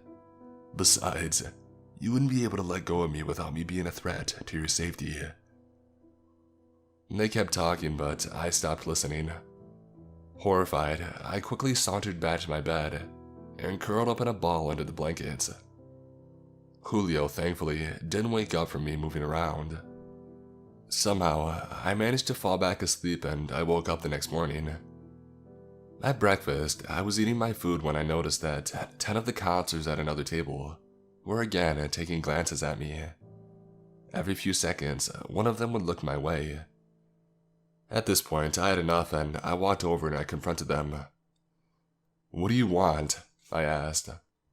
None of them responded to me. "Really?" I asked angrily. "You stare at me and when confronted, you have nothing to say."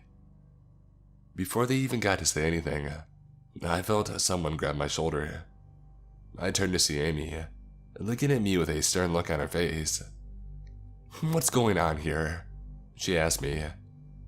"These guys have been staring at me for the last 10 minutes, I said annoyingly.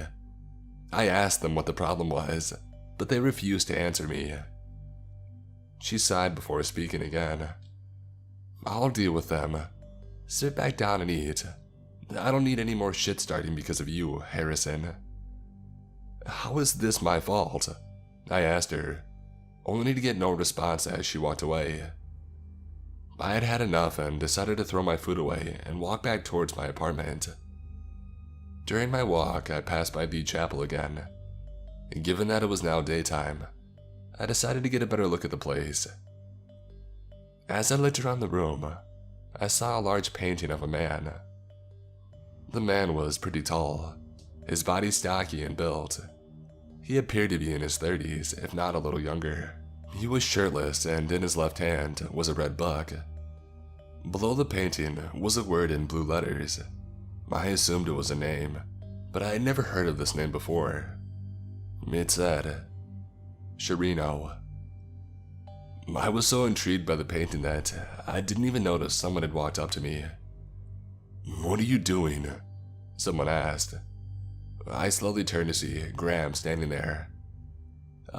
Just looking in there," I said nervously. "Okay. Again, there's no point in going in there. Besides, I don't get their obsession with this guy." "What are you talking about?" "The people here dedicated this entire place to the guy who the camp is named after. He's remembered as a hero." "What did he do?" "A war hero." "That's it?" "Yep. And now come on. I want to show you the shed with all the lawn equipment in it." We walked off, me still feeling very weirded out by everything here. Camp hasn't even started yet, but I already regret coming here. What have I gotten myself into? A few days later, Camp Oakwood's first session officially began. Around 100 campers aged 5 to 10 were dropped off by their families for their week-long stay. Julio and I watched from outside our apartment as the massive children were greeted by a cheerful Amy and all of the counselors. "So glad I'm not a counselor," I said. "You and me both," Julio responded. After the staff finished their cringy introduction, the campers were all brought to their respective cabins to, I assume, unpack their belongings. Graham told us that on the first night of each session, there would be a big bonfire that was supposed to symbolize the beginning of the campers' time at Camp Oakwood. Graham put Julio and Carson in charge of setting it up, while Graham and I were to clean it up once the whole thing was done. A 50-50 split of work, as Graham liked to call it. At that moment, I was feeling mixed emotions. On one hand, I was still creeped out by the counselors and other staff, and I didn't know how bad the kids would be. On the other, however, I was ready to start most of my work so that I could hopefully get my mind off of everyone's behavior around me. Thankfully, I didn't have to wait too long for that. While Julio and I continued chatting, Graham called us over the radio, telling us to hurry over to one of the cabins. Apparently, a camper had already vomited all over his cabin's floor, and some of the camper's bags as well, and we needed to clean it up. Graham and Carson were already busy setting up bullseye targets at the archery station, which meant that we, the rookies, would have to get our hands dirty. We grabbed the necessary supplies from the small maintenance shed that was located next to our housing wing, and hurried over to Cabin 5. We arrived to see about 20 campers and 2 counselors outside the cabin holding their noses with their shirts from the smell. One camper stood away from everyone else. You could see stains on the kid's shirt from a mile away. You could also smell it from another city away.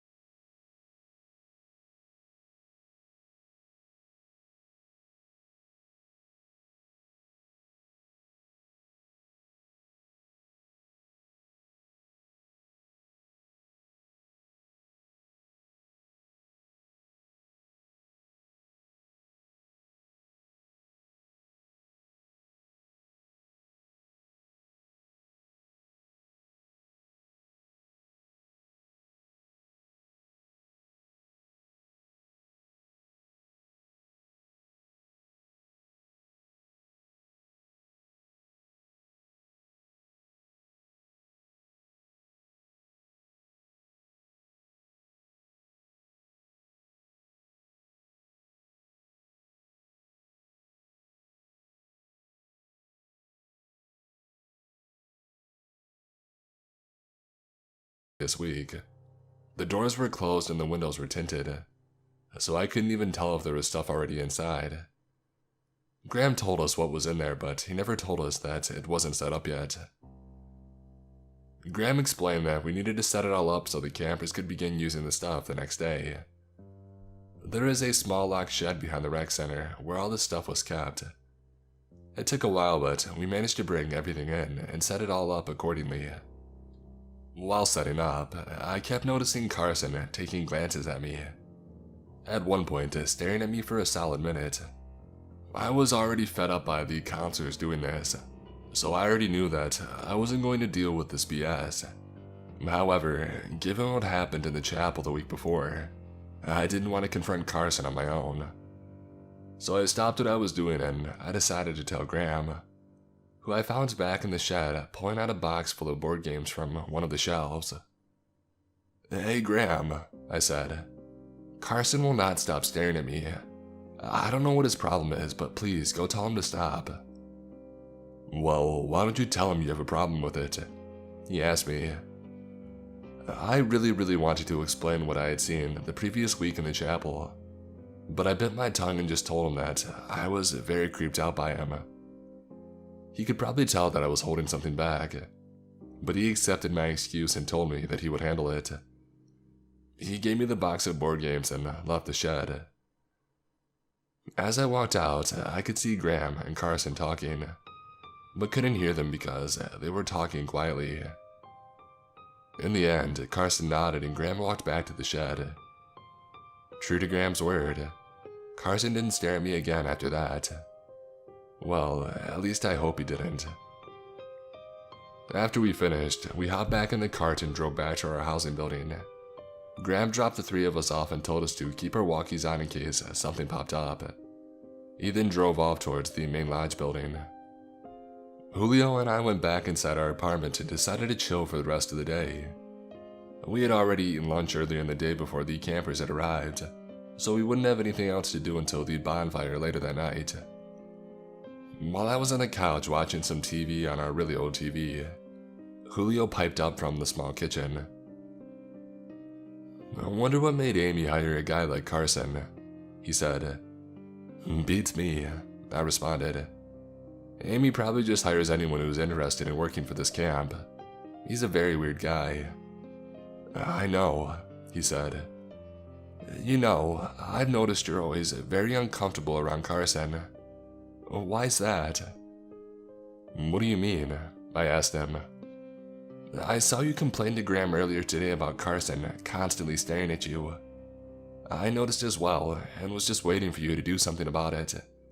But even before that, you were already uncomfortable and honestly, you looked a little scared every time we were around Carson." "I don't know what you're talking about." "Come on, man. It's obvious you're creeped out by him. You can tell me the reason why." Up to that point, I hadn't told anyone about what I had seen at both the chapel and outside of our window. However, at that moment, I felt like I was trapped in a corner. Julio could tell something was up, so I needed to either come up with an excuse or spill the beans. And after a quick deliberation, I chose the latter. I needed help, and keeping it on my chest would only make it worse. And so I ended up telling him everything. From Carson in the chapel, to Amy, Graham, and Carson talking outside of her window in the middle of the night. Julio just stared at me, taking in what I was saying. When I was finally done, all he said was, "Wow. I'm very creeped out right now, dude," I said. "I don't know why he and those counselors act strange around me. It's so freaking weird." "Why didn't you wake me up when they were talking outside of her room?" I stuttered. "I don't know." "Well, if something like that happens again, wake me up," he said. "Given that you just told me everything, I'm involved in this stuff just as much as you are now." He then went outside to smoke a cigarette. I stood there, wondering if what I just did was the right decision. I mean, someone needed to know, and I spent more time with Julio since we practically slept in the same room.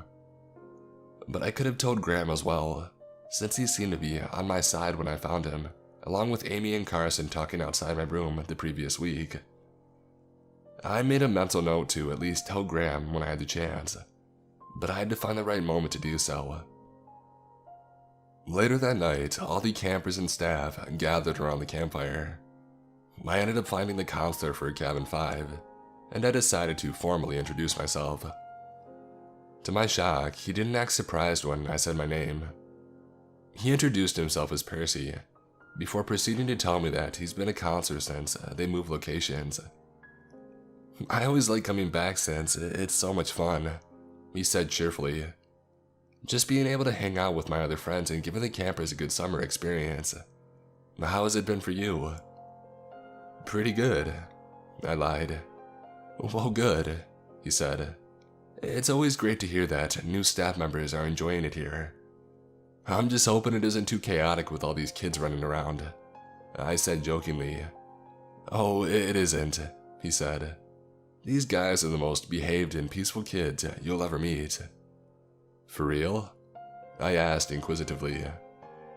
Yeah, most of them come from strict, well-to-do families. We only have to discipline maybe 5 or so campers every session, and none of it's ever major. Just a couple of minor scuffles on the playground or escalating arguments over the ping-pong paddles. Anything ever major? He paused, mulling over something in his head. After about 10 seconds, he continued. Well, don't tell anybody I told you this, but there was one thing that happened a while ago. Before he could finish, Amy called for everyone's attention.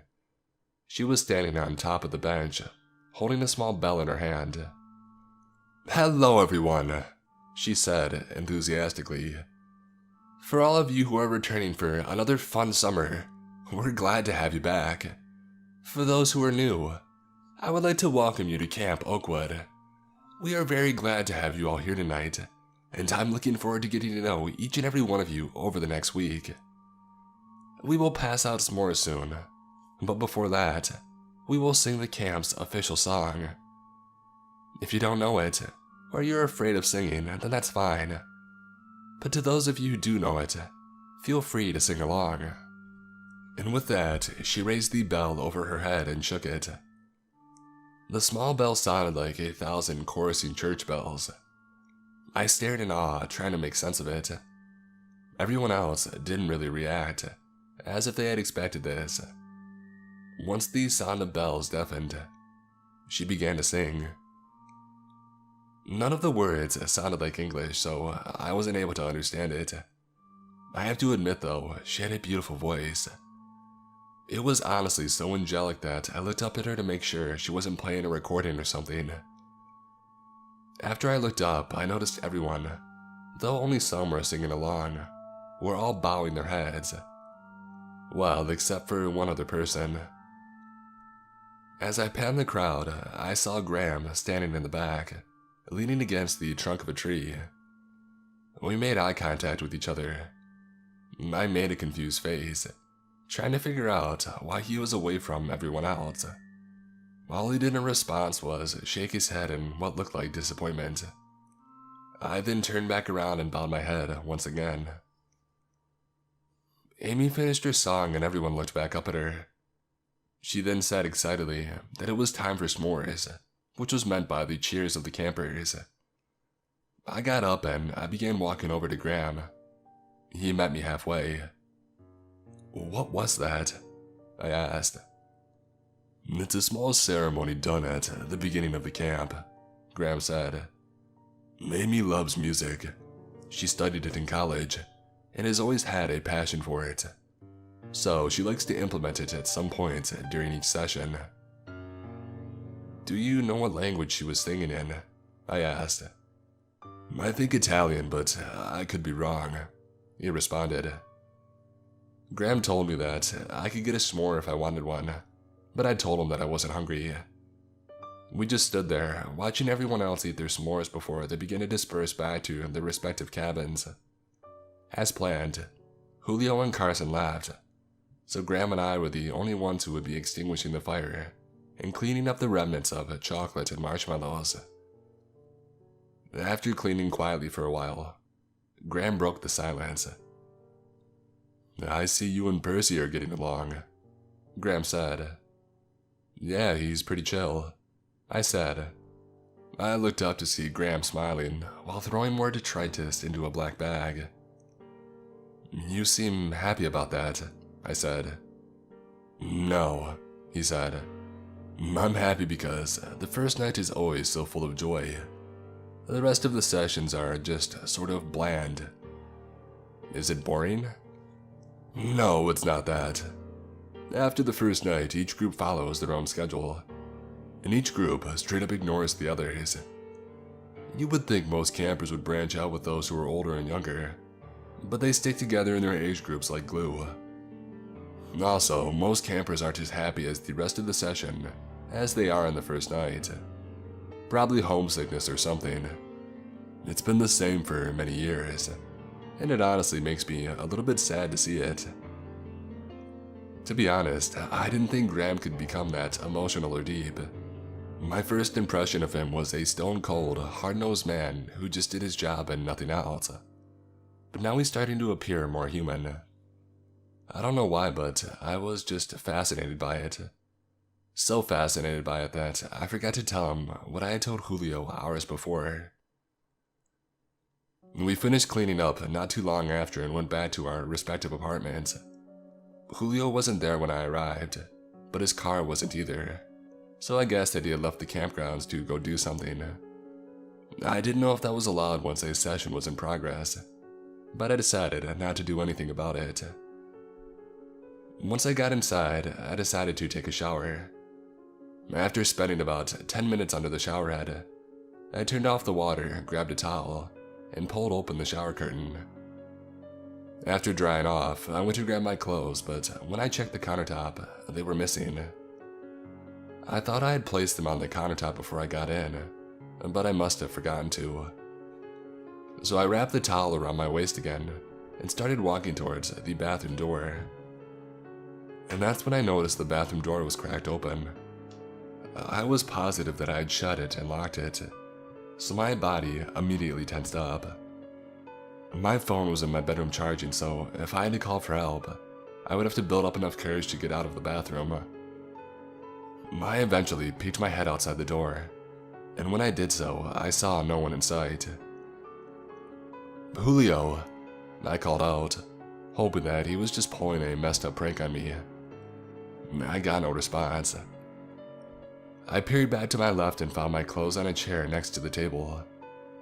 Dang it, I left them out here, I thought to myself as I reached out for them. All of a sudden, a bright flash filled the room.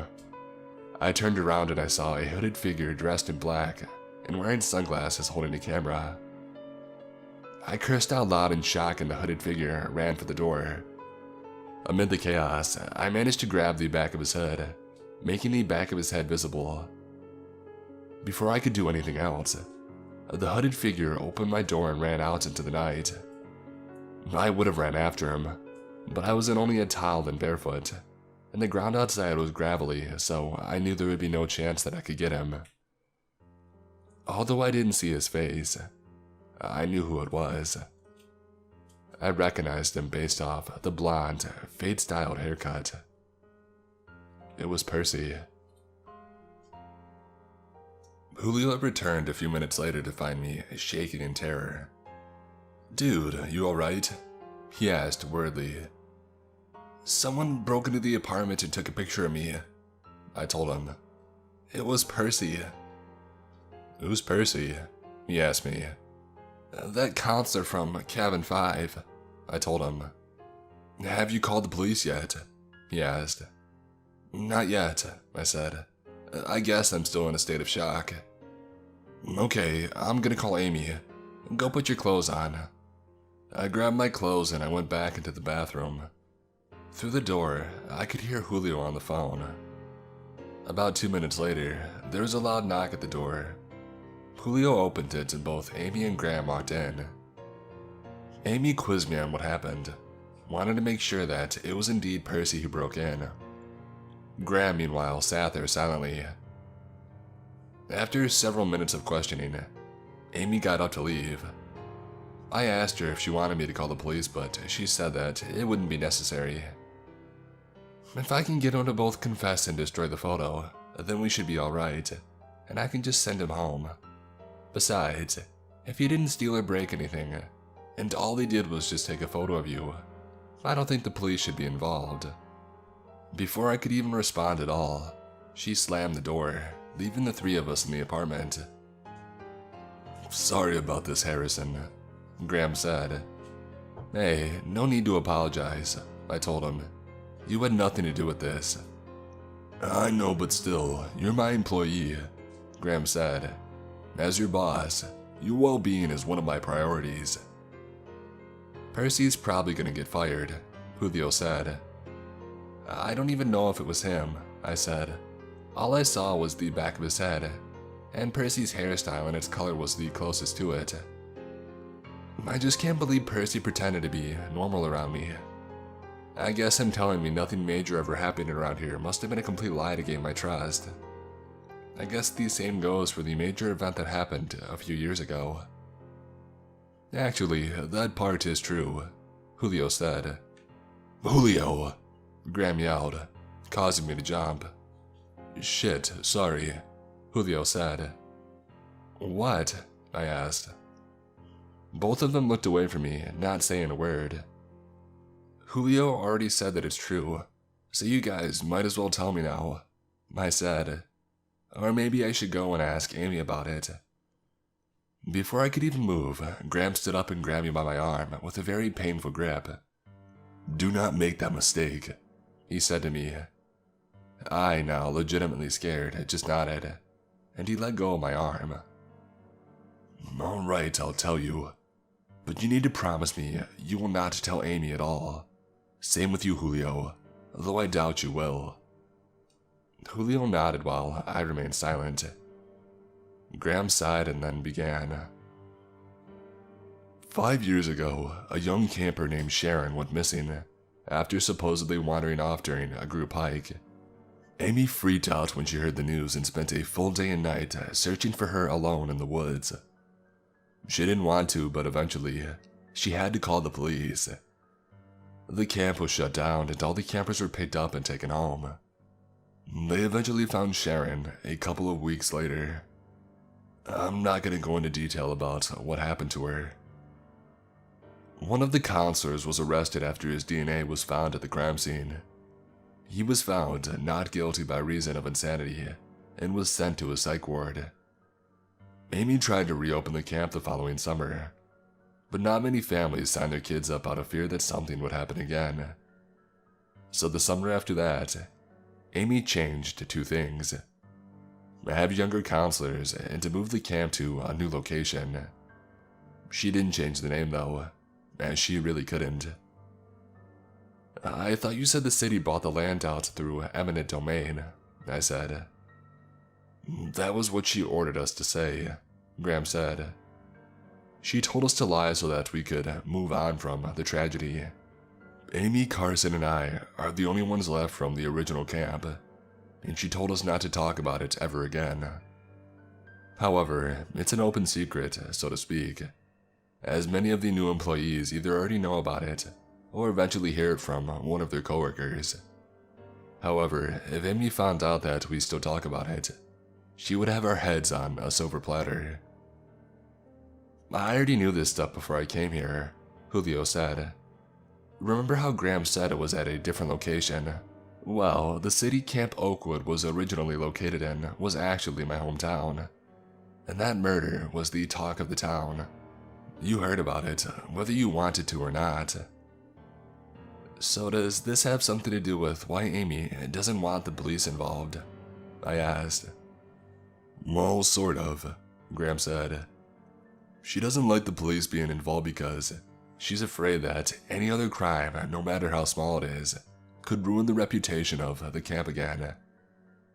Camp Oakwood is one of the most popular summer camps in our region, so another criminal act could hurt us again.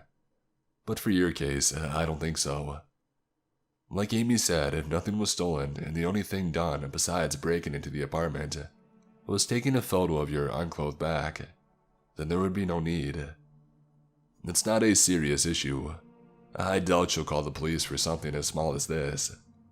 So wait, why exactly does she not want new employees and campers to know what happened to that girl? I asked. Would you want everyone talking about how one of your campers was murdered by one of your employees several years ago? He asked me in response. I guess not, I said. That's what I thought, he said. Look, sorry to come off so aggressively, but I want to protect my job and follow the rules. I could care less if someone else told you, but I refuse to talk about it anymore. Amy is a scary lady when she gets angry. In fact, I'm gonna go find her to make sure she doesn't do anything to Percy.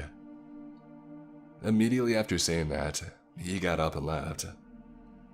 Wait, what did he mean by the fact that Amy couldn't change the name? I asked Julio. Oh, you didn't know? He asked me. I shook my head and he continued. Camp Oakwood is the name of about 30 camps across the world. Not the country, but the world. Are you serious? I asked. Yeah, he responded. They started the franchise of camps around 30 years ago. There's only one camp located in each country. 30 camps, 30 countries. We are like any other summer camp with one caveat. We only accept approved campers and employees. They must be from a select family and approved by the camp director of the camp that they applied for. It makes it easier for the camp to run if we have at least accept campers and employees who we know won't be a problem. Maybe that's why all the counselors act so dang weird, I thought to myself. I guess me, Graham, and Julio are the only normal people they've ever hired. Moments later, we got another knock on the door. Julio opened it up to reveal a police officer. Harrison Tracy, he asked. Yeah, that's me, I said. I'm Officer Marino, he said. I'm here to get your statement on the break-in that happened earlier tonight. Percy had already confessed and is currently detained. However, we want to get your statement about what happened. The more facts, the better. Huh, I guess she did decide to call the police, I thought to myself. I gave a brief rundown on what happened, and Officer Marino thanked me and left. I was up nearly all night trying to figure out what Percy's motive was. Nothing appeared to be stolen, so I couldn't really say robbery was the main motive. I did come up with a crazy theory that maybe his motive was to take an indecent photo of me and then use it as some sort of blackmail. However, I wasn't completely naked. I was wearing a towel pretty much all the way up to my belly button, and my back was facing him. All he would have saw was the back of my head and the back of my neck and my entire back, which kind of amounts to nothing. Eventually, I decided to just let it go and move on. Percy had been taken away, and he was no longer a threat to me now. At around 11 a.m. the next morning, while Julio and I were hanging out around the apartment, we heard a commotion coming from outside. We looked outside to see the counselors ushering the campers back into their cabins and other staff running over to the chapel. We followed suit and ran over to the chapel. A few people were yelling for the nurses. Eventually, we found Graham in the crowd and asked what had happened. Carson stabbed himself, he said. What? I asked him. That's all I really know for sure, he said. I wasn't close enough to see it, but I've heard a couple of people say he was screaming while holding a knife. A few minutes later, the nurses came out with Carson. The front of his shirt was stained red. Everyone stared in awe as he was carried towards the nurses' station. I noticed no ambulances or EMTs around, so I guess Amy didn't want them involved either. After the small hysteria ended, everyone went back to what they were doing. Graham told us that we would have to finish any work we still had that day without Carson, which thankfully wasn't too much. We ended up finishing around 2 p.m. As you can probably imagine, I was near my breaking point. In fact, I was very close to going up to Amy and handing in my resignation. However, a part of me at least wanted to finish this session in order to get some money. I didn't care if it wasn't much, but I would rather leave with some money rather than no money. I've come this far, why stop now? But still, I was seriously coming close to quitting. I had had enough of the secrecy and the weirdness of it all. At around 6 p.m., while I was still contemplating whether I should quit or not, I got a text from Amy. "Meet me at the house. I need to talk to you." I sighed and began putting my shoes on. "What's up?" Julio asked me from the couch. "Amy told me to meet her at the house," I said. "I don't know why." "Probably heard about Graham telling you about Sharon's murder," he said. "Ha ha," I responded and walked out. Amy lived by herself in a single-floor house on the other side of the camp. After several minutes of walking, I eventually reached the house. I knocked on her front door and she opened up. "Good, you're here," she said. "Come on in." She led me into her kitchen and told me to sit down. Once I was seated, she sat down directly across the table from me. "So why did you want me to come over?" I asked. "I wanted to check up on you. How have you been doing since Percy broke into your apartment?" "I'm doing alright," I said. "Well, I'm glad to hear that. Would you like some coffee?" "Sure," I responded. She got up and grabbed 2 cups from her cupboard, and then grabbed the coffee pot. She began to pour coffee into my cup, when all of a sudden she dropped the pot, spilling hot coffee all over my shirt. I screamed out in pain from the hot coffee, and Amy began profusely apologizing for spilling it on me. "Oh, I'm so sorry, Harrison," she said. "It's fine," I said. "Burns like crazy, though." "Well, here, give me your clothes," she said. "I'll wash them for you. It's the least I can do." I didn't give up my shorts, but I gave her my shirt. I turned around to grab more paper towel to clean up the coffee on the table. "What's that on your back?" she asked me. I asked her where on my back, and she pointed it near my waistline, right where the waistband of my shorts were.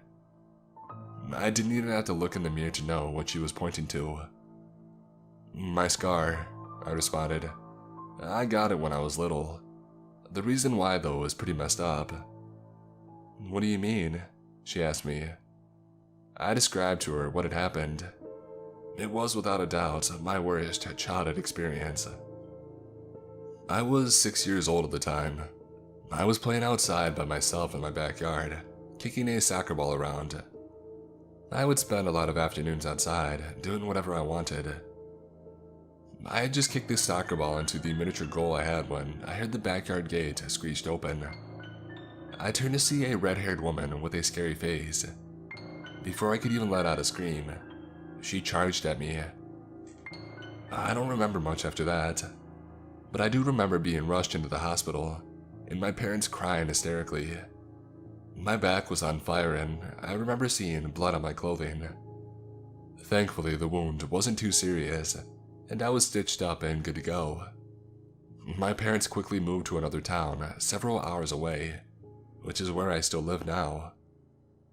The woman was never caught, even though my dad got a full view of her face. He said that he didn't recognize her, and even though he met with a sketch artist, no new leads ever came of it. "So you have no idea why this woman did this to you?" she asked me. "Not a clue," I responded.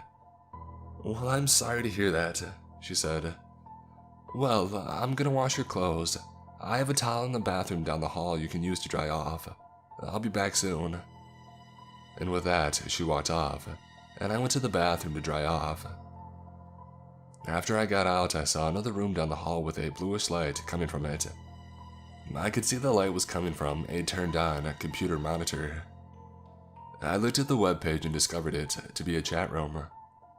There were about 30 people in it, and I recognized a few names, including Julio, Carson, Percy, and Amy. Curious and a bit snoopy, I scrolled through the chat logs and eventually reached the week that I had applied for the job. My body tensed up while I read what they were talking about. Given that I don't remember everything that was said, I'll try and recount the important bits of it Some of the names I don't recognize, but I will state them anyway. Amy. He hasn't called yet, but I hope he will soon. Based on the look on his face, he seemed very interested. Carson. Awesome. Hopefully you'll hear back soon. Raphael. Has anyone found the right sermon yet? I'm tired of waiting. Wendy. No, Andy just tried another one, but that one also failed. I'm hoping we find out soon. The world is a mess. Amy. If he's who I think he is, we could do it. Carson. Remember these trades. We have to carve it the same way it was carved into Horus, with the same amount of time it took, and with the same angle of the crescent. Xander. Kurt said the date of an important day of his life could correlate to the pages of this book, and the corresponding prayer. Julio. I know, but we've already tried the day of the battle and his birth and death dates and the pages corresponding to them. We have to keep digging. Raphael. Maybe Kurt was wrong. I mean, we all remembered what happened, right? Amy. Shut up, Raphael. He was right in some parts, yet he was too much of a coward to admit that he royally messed up. I scrolled down to another conversation, which was dated a few hours after I discovered them talking outside of my window. Amy. I'll figure out a plan soon. I'll keep you guys updated. I'm also currently thinking of a plan B in the case plan A doesn't work, though I highly doubt that will happen. Carson. Make sure that it's him. We also have to make sure Graham isn't in our way. Julio. If I see anything, I'll let you know. He just spilled the beans to me. Said he saw you three talking. Amy. Well, crap. Okay, stick to the plan. Everyone is coming in soon. We need this to work.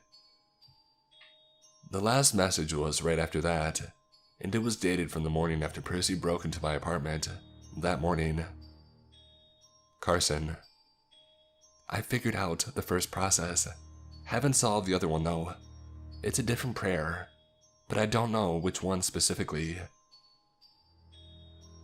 I could feel my heart racing a mile a minute as I stared at that computer screen.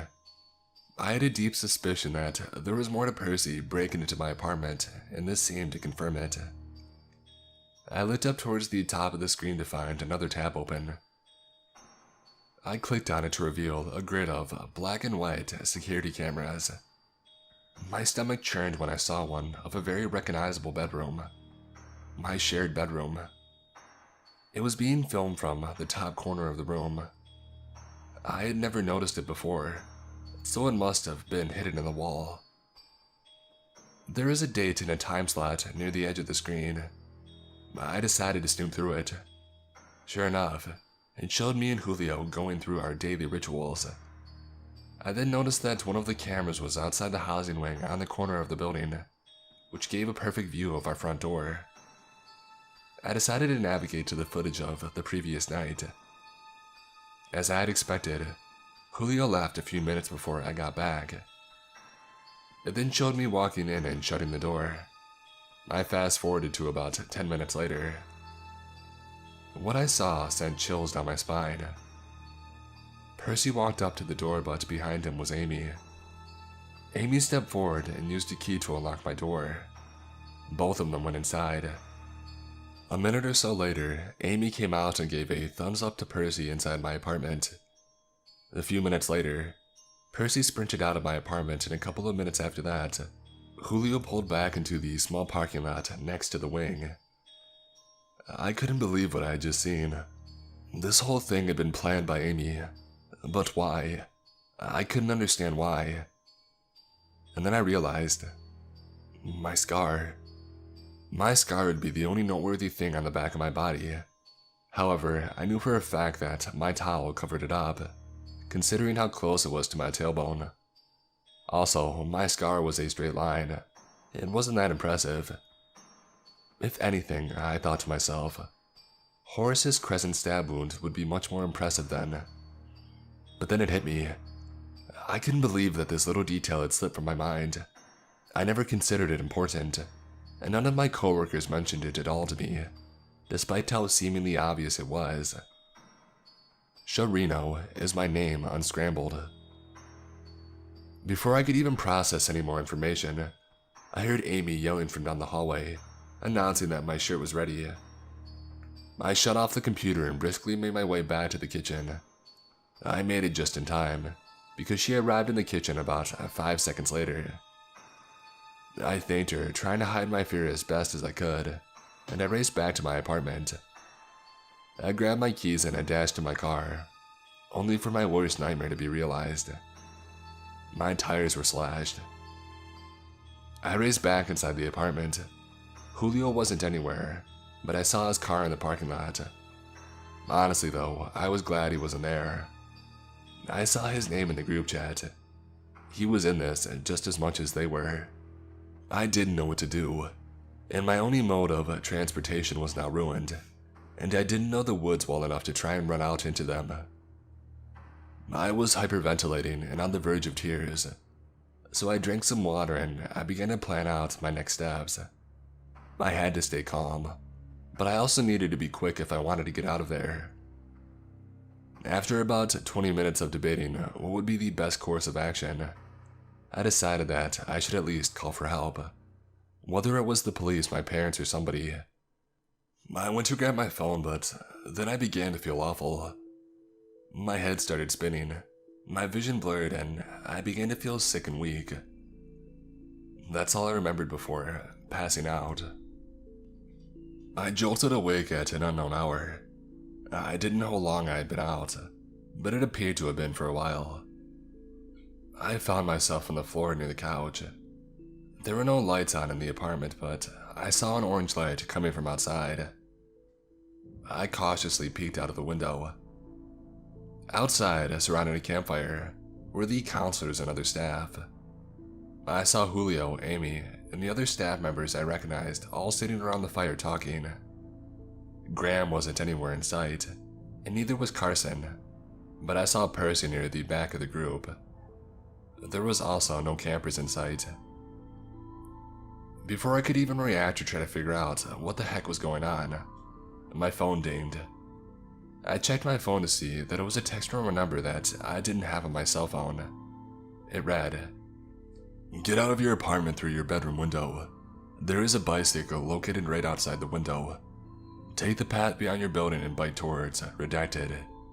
Use your phone for directions. Make sure you're not followed." Just as I finished reading that text, I felt that familiar feeling of having eyes on me again. I didn't want to look up, but I forced myself to. Everyone at the campfire was now watching me.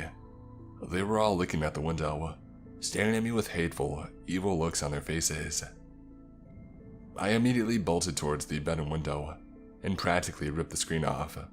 Outside was a large yellow bike resting against the wall. I hopped on and started pedaling as fast as I could down the back path, with it eventually leading me into the dark forest. I pedaled as fast as I could until I reached the location, which turned out to be an abandoned grocery store's parking lot. In the parking lot was a white truck with its headlights turned off. I then got a text that read, "I'll come to you, stay put." The driver's side door opened and out came a man who appeared to be in his 30s. When I saw him, I felt like I had seen him somewhere before. His face I knew I had seen somewhere not too long ago, but I couldn't pinpoint where though. "Did they follow you?" he asked me. "No, I don't think so," I said, still trying to catch my breath. "Who are you and why did you save me?" "The name's Doug," he said. "I saved you because those guys are crazy, and I also wanted to give you some answers. You're probably wondering what the heck is going on at Camp Oakwood." "I mean, stuff's pretty weird there," I said. "Some guy broke into my apartment and another guy stabbed himself, and I found security footage in my own bedroom in the camp director's house." "Oh yeah, that would be Amy. Yeah, she likes to act like Big Brother quite a bit." "Geez, no surprise there. Anyway, I think I already have an idea on what's going on." Okay, well, you can tell me what you know later, but I want to give you a clear picture of what is going on. I didn't respond, and so Doug began talking. The camp franchise you work at is part of a cult called Horace's Harmony. The guy that founded your camp, Horace Oakwood, started it way back in the day after he defeated a tribe in a battle. He then proceeded to take the tribe's teachings, tweaked about 95% of it, and rebranded it as his own religion. And thus, he began his work as a pastor for his community. Horace prophesied that the world would be an extremely messed up place once he was gone, and that his followers' mission was to obtain world peace. However, the process on how to obtain that was nothing that you would have expected. Horace claimed that the only way to obtain it was to conjure a spirit, and then the body he was possessed inside of would have to die. According to him, there were two ways to do this process. The first way is for someone to conjure a spirit by themselves, and then die either by suicide or by being killed by someone else. The second way is to conjure the spirit into another person by performing a ritual and then sacrificing the victim. Anyway, Horace eventually died. The day after he died, Gavrilo Princip killed Franz Ferdinand, and that's what triggered World War I, which made his prophecy all the more believable. Pretty soon, the entire world started turning into an all-out violent place. Wars between countries, outcry within them, so much hate and despair everywhere. His members never worried though. They knew that one day his spirits would be conjured, and they would finally obtain world peace. And now here's the funny part about the whole thing. Horace may have told them that they needed to conjure a spirit, but he never explained how to correctly do so. His reason why was because he claimed that world peace would already be a near impossible task. So in order to obtain it, his followers needed to figure it out how to do it on their own. So many years, and I mean many years, went by without any clue of how to conjure Horace. And then about 25 years ago, a prominent member of the cult named Ferris Kurt made a breakthrough. He claimed that the correct way to conjure Horace was to recite a prayer in Horace's self-made Bible, along with carving a crescent-shaped wound into your body. During the great battle that Horace was in, he received a stab wound from one of the tribal men that was shaped like a crescent moon. As his life went on, he believed it to be an important sign that all of his followers should remember. And now Kurt was well known throughout all the camps and members located around the world, and when he made the supposed breakthrough, many members started performing the process, whether on themselves or on other people. Well, long story short, his breakthrough ended up being false. Many members, out of excitement that it was finally solved after all this time, either committed suicide after they believed Horace was inside of their bodies, or were arrested after killing innocent sacrificial victims. There were also members who left the cult, out of fear that they would be connected to the crimes. Horace's Harmony lost almost 80% of its followers in a short span of time. So many people fell for it. Kurt, realizing what he had done, and also realizing that many members were now calling for his head, managed to escape the cult and went into hiding. He hadn't been seen since. Even his ex-girlfriend, who was also a well-known member of the cult, has supposedly never been able to find him. Even though Kurt may have been wrong initially, many people believed they did have to recite his sermon, but it had to be the right one. There are over 3,000 pages in this book, so there would be a lot to dig through and figure out. I stood there in disbelief while listening to everything Doug was explaining to me. I honestly couldn't tell if this guy was being serious or not, but still, I kept quiet and I let him continue. The killings and suicides kept happening, but more members kept joining, and those members would marry and have children. That's one of the reasons why the camps were set up about 30 years ago. It was so the members' children, who were aged 5 to 10 years old, could learn about the teachings of Horace's Harmony, and then go home and continue practicing the religion. The camps were also made so that it would be easier for all the members located around the world to stay connected. I will say that many of the deaths have stopped, with the last notable one happening at your camp 5 years ago. Sharon, I said. Yep, Sharon Ida Raffington, Doug said. The counselor killed her when he was convinced that he discovered the right page number in prayer. However, like all of the other documented deaths, it didn't work, and the camp came under fire again. Yet, they were still able to rebuild and move on. How has no one stopped them yet? I asked him. That I really can't explain, Doug responded. But more than likely, there are high-powered people involved with them that probably help hide the cult from the outside world. Politicians, police, etc. So why are you explaining all of this to me? I asked. Well, my friend, you are most likely the next person to be killed when they attempt to make Horus's spirit possess you. There has been some talk that someone inside your camp successfully conjured Horus by themselves. Now you would think that the person who conjured Horus would just end themselves, so that everyone else can obtain world peace. But actually, the plan is for them to meet in the middle of the rituals. What I mean is this. Somebody, person A, successfully has Horus possess them, and then performs the victim ritual on person B. And then person B is killed and world peace finally comes. So it's basically both rituals being performed at different points in time. The same process for both. Jesus Christ, I said, the seriousness of the situation hitting me hard. I could have sworn they were after me because I was Horus resurrected or something. What? He asked me, looking perplexed. My name is Harrison, and Sharino is my name with some letters rearranged. I also have a stab wound on my back, though it's a straight line and not a crescent. Oh no, he said. Horus never prophesied that he would come back in a resurrected form.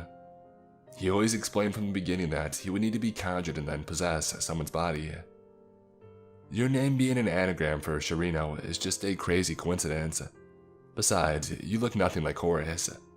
If someone were to be resurrected, they would most likely look the same. So why the heck am I the target? I yelled at him. Revenge, he calmly said. What? I asked in complete bewilderment. Well, besides the obvious, trying to obtain world peace bit, from what I understand, you are a target to also get revenge on you. But I haven't done a single dang thing to them, I said. Then it must be someone you know, he said. Did you ever have family or friends that worked at one of the camps or was a camper? Oh, you've got to be kidding me, was the first thought that formed in my head. Yeah, I responded slowly. Yeah, I do. Then I would talk to them and get some info. I wish I could tell you the exact reason, but it hasn't been explicitly stated. How do you know all of this? I asked. It was a question that I had been waiting to ask since he began his monologue on the history of Horus's harmony. I have an inside guy reporting to me on what's going on. I've had family killed by these guys, and I plan on taking this whole show down. Well, who is it? I asked. Now that, I'm not going to tell you. I don't want to risk his safety. I will tell you this though. There are 2 other employees at your camp that also aren't a part of this cult. It's one of the older workers and his son. It might seem weird that a cult would hire 2 people who don't believe in anything they believe, but your camp did just that. There's probably more to it. Anyway, if you can find out who they are, they can help you. I then heard a text alert and Doug pulled out his phone and read what was on the screen. Look, sorry, I have to end it here, but I need to get going. Your best bet is to keep pedaling away from here and go into hiding. You have a massive target on your back, and they will not stop at anything in order to complete their end goal. Just as he was getting back into his white truck, I yelled out to him, How am I supposed to trust you? That's up for you to decide, he said. But if you didn't trust me, then why would you have stayed here for the last few minutes talking with me when you know they are coming after you? Also, I saved your butt and led you to a pretty well-hidden location in these woods. Just think about that. As he got in, he turned back and yelled at me. Oh, by the way, he yelled out. If you mess up the victim ritual after someone already has Horus inside of them, Horus will disappear again. That's one of the theories I've heard. You may want to use that to your advantage if you do get caught. Also, I heard another theory that states if a person is possessed by Horus, they have the ability to appear physically as him. So yeah, trust no one that looks like him, though I doubt you already trust that many people in this area. Good luck. He then started his truck and drove off, leaving me alone in the parking lot. I still didn't completely trust this guy, but I trusted him over everyone else at the camp. Heck, I couldn't even trust Graham at this point, though he hasn't shown himself to be a huge believer in this stuff. But who knows what he does in private. He could have a shrine to Horus Oakwood for all I know in his apartment. But if he isn't, maybe that was the old guy Doug was referring to. But he never mentioned he had a son, so I wasn't sure about that either. All I knew was that I needed to get out of these woods and figure out my next steps. I hopped back onto the bike and started pedaling back down the highway that was connected to the parking lot. After about an hour of biking, I needed to take a breather. I hopped off and I went into the tree line surrounding the highway. Thankfully, it was completely dead at night, so I didn't see any cars coming up and down the two-way road. The whole hour I was biking, however, all I could think about was my dad. He claimed he had been at this camp before as a counselor, but he must have done something so horrific that they are after me now, even though it has been years and time usually heals the wound. Unless, of course, it was really bad. I needed answers and I needed them now. So even though it was the middle of the night, I called my dad. After a few attempts, he finally answered. "Hello," he said. "Dad, it's Harrison," I said. "I need you to tell me the truth." "Harrison, it's the middle of the night. Unless you are dying and need help, I'm going back to bed. The last thing I need to do is wake up your mother." "What have you been hiding from me?" I asked him calmly. "What are you talking about?" he asked me, his tone becoming more annoyed with every passing second. "You said you worked at this camp, but this place is a goddamn cult and you know it," I said. "They are after me because of something you did. What did you do?" There was a long pause, and I mean long. It must have been about a minute before he spoke again. "I'm so sorry, Harrison," he said. "I thought that part of my life was over. I thought I could get away. Dad, one of those cultists stabbed me as a child. You also named me Harrison, which is Shirino, but the letters rearranged. Now tell me the truth." I expected him to tell me the reason, but instead he told me something else that threw another curveball into this whole saga. "I shouldn't have told them that I found a way. They listened to me, and it got so much worse. So many people still blame me, and I thought I had escaped. I did everything, but I guess naming you Harrison was a clue on who I really was. Although I wanted to leave that part of me behind, I just couldn't. It was too much a part of my life. But they would never leave me alone. So I hoped that, well, maybe you being there would finally get them off my back. It was a really crappy thing to do to you, son, but I was tired of it. I'm so sorry."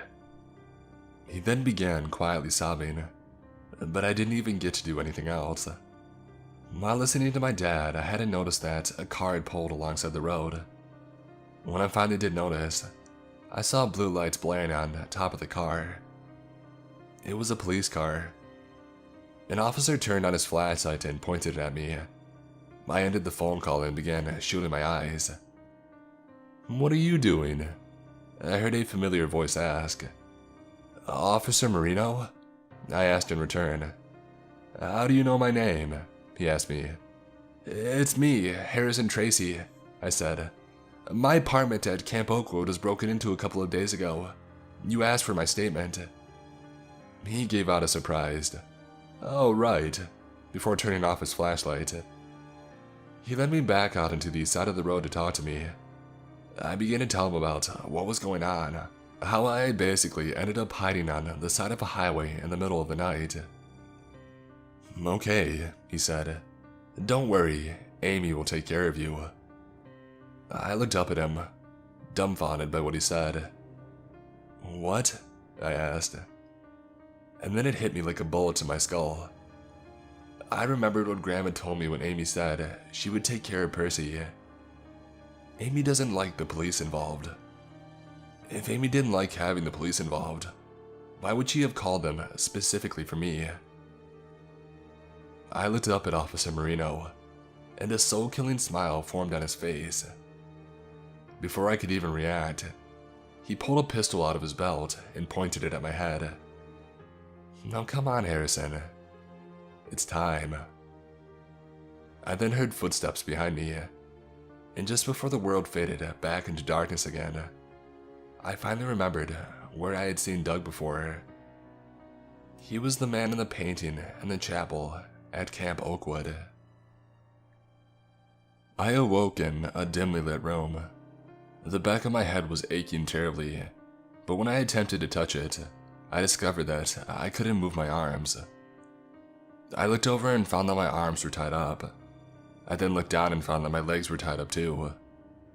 They were tied up so that I was lying on my back, spread eagle, on whatever I was on, which felt like a wooden board. I then noticed that I wasn't even on the ground. The board that I was situated on was about 6 feet off the ground, the board slightly angled back. I also noticed that I wasn't wearing any clothes except for my boxers. "He's waking up," I heard someone say. I looked forward and saw that there were a massive crowd, at least 200 people standing there watching me. I then recognized the room that I was in to be the chapel at the camp. In front of the large crowd, there were 3 figures wearing black robes, their faces shrouded with hoods. Once everyone's attention was on me, the 3 hooded figures lowered their hoods, and I immediately recognized them to be Amy, Carson, and Julio. I also recognized some of the faces in the crowd, including Officer Marino, Percy, and the other employees at the camp. "Welcome back, Harrison," Amy said. "So glad you could join us for this special event." "F you," I spat.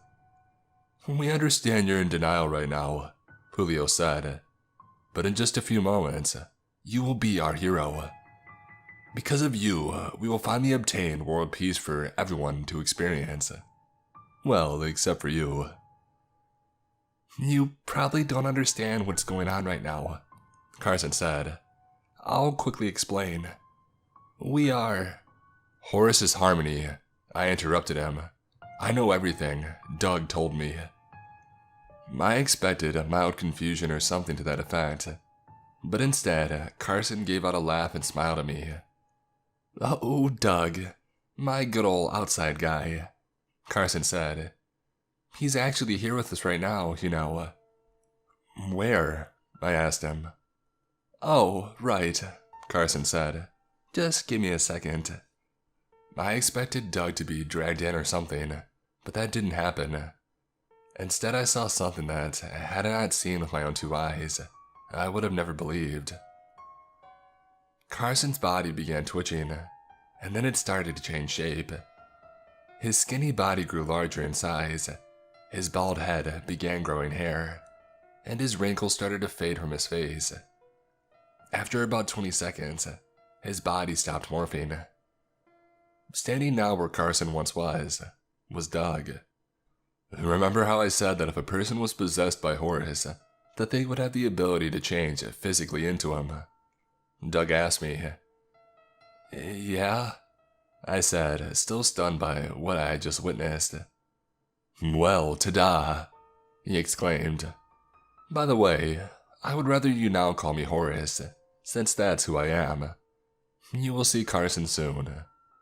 I was too stunned and too confused to understand what he just said. "Ladies and gentlemen," Horace spoke out to the crowd. "If you haven't guessed by now, Carson successfully conjured me by yelling out my famous sermon from 1892, and then stabbing himself in the stomach to form a crescent-shaped wound. After all this time, someone finally discovered it.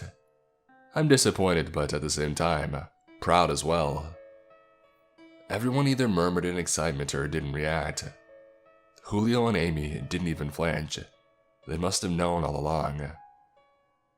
So, unless Horace, or who you would like to call Doug, hadn't explained to you what was going on yet, Julio began to say, "We will be performing a ritual on you." As just mentioned, Carson successfully conjured Horace and is currently possessed by him, and so he completed the first possible ritualistic process. Now you might think that since Carson currently has Horace within him, we would just kill Carson and be done with it. However, Carson doesn't want to die, and I don't blame him. So instead, we will now perform the second ritual, which is to have Horace possess another person, meeting in the middle, so to speak. But there's another reason, of course, Amy said. Horace told you himself that we also want to get our revenge. But I didn't do anything, I said. My dad was the one that messed you guys up. Oh, your dad Curtis, she said.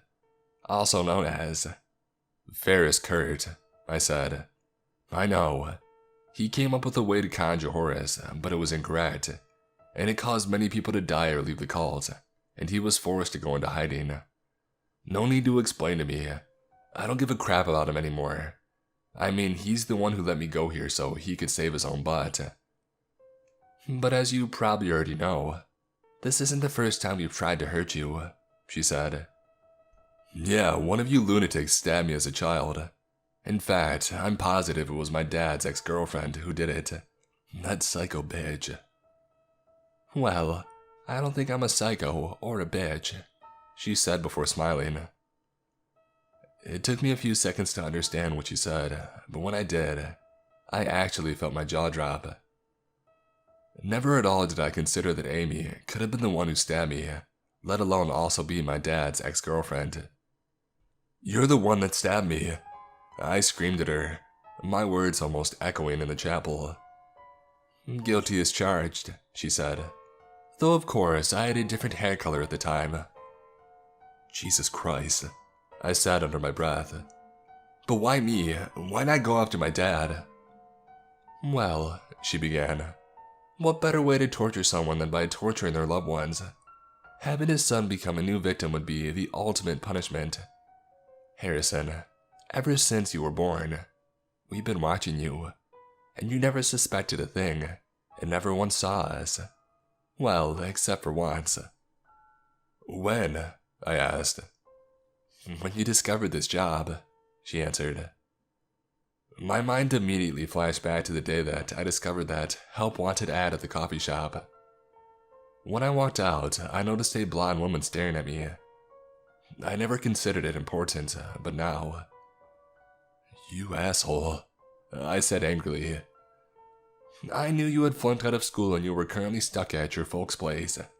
I also knew you liked to view that wall to see if there were any appealing jobs on there. Well, I made an ad, waited until you noticed it, and to my utter joy, watched you take it down and bring it home. When you saw me, I got a little nervous, but you walked off without batting an eye. I quickly made it back to the camp and waited for your phone call. When you called, I was so excited that I completely forgot to ask you for your name to confirm that it was you. Thank goodness you remembered for me. And when you said your name, I accidentally hit my desk in excitement. I wasn't even scared anymore. I was seething with rage. I couldn't believe that this was so meticulously planned out. It seemed so staged, yet I knew it wasn't. I didn't say a word as Amy continued. And so, we've come full circle. Soon, not only will you die, but you will also live in a peaceful world that we've all wanted for so long. It's so unfortunate that your dad won't be here to watch us finally avenge all of our fallen brothers and sisters, but he'll probably find out eventually.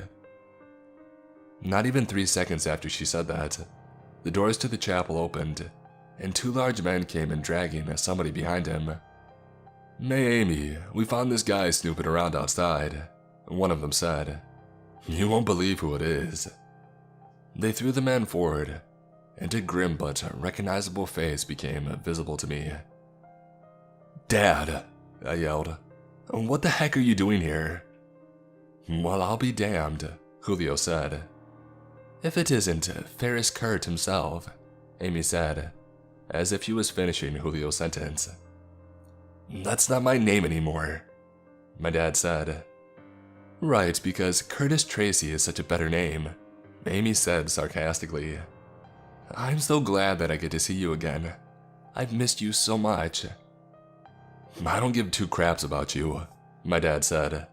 "Leaving this lunatic society was the best decision I've ever made." "Why the heck did you come here?" I yelled at him. "I'm sorry, Harrison," he said. "Don't give me that," I yelled back. "You know full well what I was walking into, and you let me go so that you would be left alone." "I know, and I'm sorry," he said.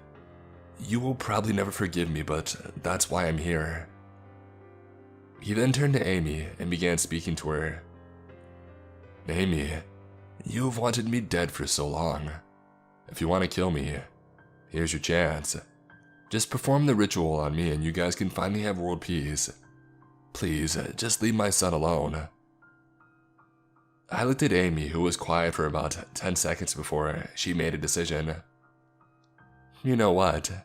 I think that's a great idea," she said. Julio and Carson, who I hadn't noticed until then, had morphed back into himself, just stared at her in disbelief. I tensed up, knowing what was about to happen. Amy walked up to my dad, and he closed his eyes and he bowed his head. "You ready to die?" she asked. "Yes," my dad said quietly. "Wait, don't you need the Bible to perform the ritual?" Carson asked. "Oh, we're not performing the ritual on Ferris," she said. Before anyone could react, she pulled out a knife and she stabbed my dad in the neck. "Dad!" I screamed. My dad grabbed his neck and collapsed on the floor. "Oh, Ferris, you little fool. You really think I was gonna let it be that easy?" "No!" I screamed at her. "I'm surprised you care," she said to me without a single source of emotion in her voice. "He did let you come here." "But he's still my father," I said, tears rushing down my face. My dad wasn't moving anymore, his body now lying in a pool of his own blood. I knew that he was gone. "All right, well, now that we got that over with, can we please continue?" Carson asked. "Yes," Amy said, her smile returning. "Let's get started." "What if you guys fail?" I asked them, all the while still crying.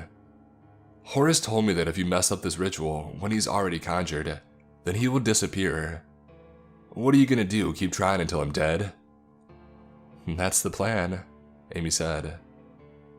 "Besides, I'm absolutely positive we have the right sermon," Carson said. "All right, let's get started." Carson grabbed a stepladder and walked up it to reach the area that I was hung up at. "I just want to thank you for what you're about to do for us," Carson said, a small smile forming on his face. "Go screw yourself," I said before spitting in his face. "I guess your stab wound isn't that serious, huh?" "We have the best nurses a person could ask for," he said. He then revealed two things from his robe. In one hand was the Bible, in the other a large carving knife. He opened the book to a page and began to read, and once he finished, he plunged the knife into my gut. I screamed from the pain as he meticulously carved a new wound into my body. I closed my eyes, anticipating my death. This is it, I thought to myself. This is how I die. Mercilessly executed by a cult. I thought my body would begin to morph into Horace or something, but about 20 seconds passed and nothing happened. I opened my eyes and Carson was just staring at me, a terrified look in his face. What happened? Julio asked. I messed up, Carson said quietly. What? Amy yelled. I messed up, Carson said. He closed his eyes and then opened them again quickly. Horace is gone. He's gone. I messed up. He threw the knife onto the ground in rage. Good job, buddy, I said, the pain from the wound making it hard to speak. Shut up, Harrison, Amy yelled. Just because we messed up doesn't mean you're getting out of this alive. I don't care if your dad is now dead. I haven't fulfilled my desire for revenge yet. Carson, perform the ritual on yourself again. Carson grabbed the knife and began saying the sermon. But while Carson was conjuring Horace again, an idea popped into my head. Amy had just said that she hadn't fulfilled her desire for revenge, but not their desire for revenge. It may have meant nothing at all, but she was also the one who explained the entirety of why she wanted revenge on my dad. With no other options, I decided to test that notion. It was a long shot, but I hoped it would work. I like how you seem to be the only person who wants revenge. I spoke as loud as I could.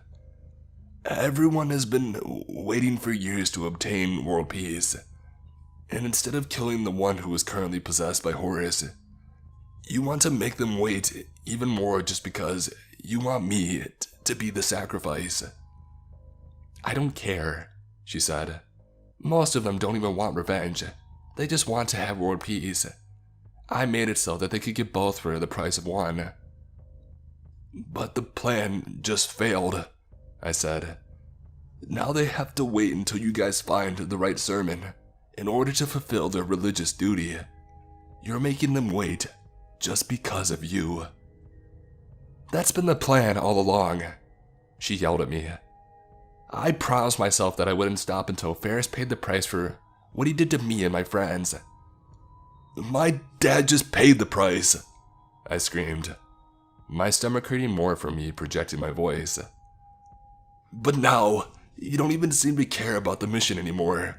You just want to fill your need for vengeance, but it will never be satisfied. You're punishing these guys just as much as you're punishing me. I don't care, she screamed back.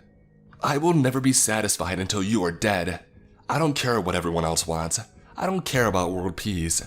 I don't care about my religious duty. I only care about getting my revenge. Her scream practically echoed in the room. I couldn't believe she fell for my bluff. Because of me, she just admitted that she only cared about revenge. You could hear a pin drop in the chapel. Everyone except for Julio and Carson was stunned by what Amy had just said. Despite the predicament, I was still stuck, and combined with the pain in my gut, I smiled wildly. Well, you guys just heard the truth. She doesn't care about what you guys want or seek. She cares about herself. How selfish of her. Well, I'll tell you this. They haven't figured out the right sermon yet.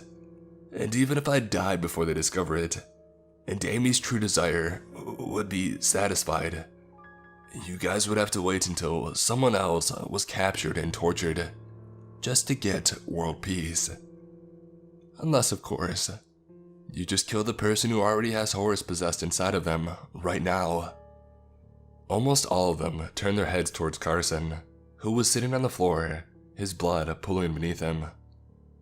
Carson looked up and his face was as white as a ghost. He definitely heard what I said. So I give you guys a choice. We can wait here for them to keep trying to solve the second ritual. Or you can finally obtain the world peace that you have forever wanted. All you have to do is kill Carson. He's already weak from the stab wound, so it should be easy. What will it be? I prayed this would work in my favor. All I needed was one person to see the sense I was spewing and I could be spared. This was my only shot, and I hope someone sided with me. After about 10 seconds, Someone came from the crowd and started walking towards the altar. "Raphael, don't you even think about coming up here," Amy yelled at him. "Screw you, Amy," he said. "Harrison's right. You killed Ferris and he's the one who wronged you. You got your revenge on him. But I've waited my entire life to fulfill my religious obligation. And I won't force you to make me and my friends wait any longer." Before anyone could react, he charged the altar. Julio tried to grab him, but Raphael barged right through him. Once he took lead, several others began charging the altar as well, some screaming that it was finally going to happen. And that's when all hell broke loose. Carson tried to limp away, but he was caught almost immediately. Amy got bone rushed as well and was knocked back against the wall, seemingly unconscious. Julio managed to get out of the way and was pushing his body against the wall next to where Amy was. People began jumping onto Carson, punching and kicking him. I didn't feel bad one bit. He deserved it after all. I then felt my board begin to move, and before I knew it, I began falling back to earth. I hit the floor hard, the impact momentarily dazing me. I then saw someone standing over and heard a voice that I didn't expect to hear. "Don't worry, I'll get you out of here," Percy yelled. Percy began untying my arms and legs, but just as he was beginning to untie my last leg, he was pulled from behind and thrown to the ground. "What do you think you're doing?" Amy yelled at him, a bloody knife in her hand. She cornered Percy against the wall. After seeing this, I managed to untie the last knot and I charged at her as fast as I could. I knocked her down just as she raised the knife in the air. Amy and I began wrestling on the ground. Under normal circumstances, I would have been much stronger than her, but my stab wound had severely weakened my strength and she was gaining the upper hand fast. She managed to get on top of me, the knife still in her hand. "I don't care if I die here today. You will at least be joining me," she snarled at me. Just when I thought I was done for her, I heard a smack sound and Amy fell limp onto me. Standing behind her was Percy, holding what looked like a baton. I have no idea where he got it, but I could have cared less at that moment. "Come on, we need to get out of here," he said. He picked me up and started leading me over to the back of the chapel. As we were making our way to the back, I found Julio on the ground. He also appeared to be unconscious. "Quincy, throw one into the crowd," he yelled. "We need a diversion." I turned to see someone that I didn't recognize throwing Molotov cocktails into the crowd. It exploded and people began screaming. He then raced back to where we were, and Percy found a small window in the back of the chapel. Percy began slamming the baton against the window in order to break it. After a few more swings, Percy broke through the window and we made it outside. Percy then pulled out a walkie and radioed to someone on the other side. "Bring it around, hurry," he yelled into the walkie. Not even 5 seconds later, a white truck came barreling down the road of the camp. A familiar face was behind the steering wheel. "Get in," Graham yelled. "We need to get out of here." We all piled in, and Graham accelerated out of Camp Oakwood. We stopped at a house about 40 minutes from Camp Oakwood. While driving there, Percy used his shirt to put pressure on my wound. When we eventually reached the house, the three of them brought me inside the house, where I was introduced to a woman named B, who turned out to be Graham's ex-wife. B was apparently a nurse and she helped disinfect and bandage my wound. She was happy to report that none of my organs seemed to be damaged by the stab wound, and that I would be more than likely okay. Percy and Quincy were both bruised, but nothing too severe.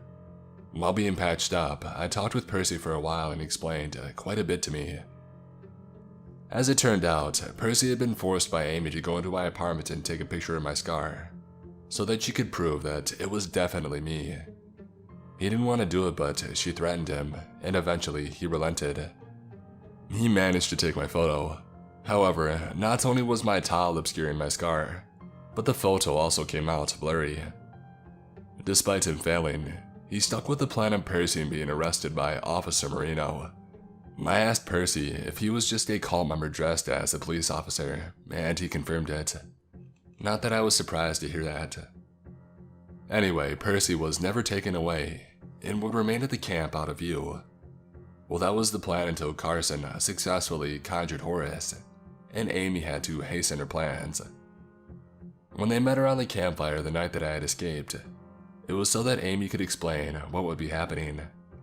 To my shock, they were also waiting to see when I would wake up, and once someone noticed when I was up and moving, Amy alerted Carson to text me the message that I had received, and waited until I was recaptured.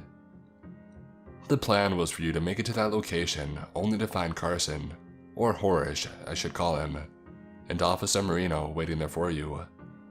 It was just a trick to get your hopes up on you possibly escaping. Well, Officer Marino wasn't there, I said. He seemed perplexed by that. Well, Amy never told us that, he said.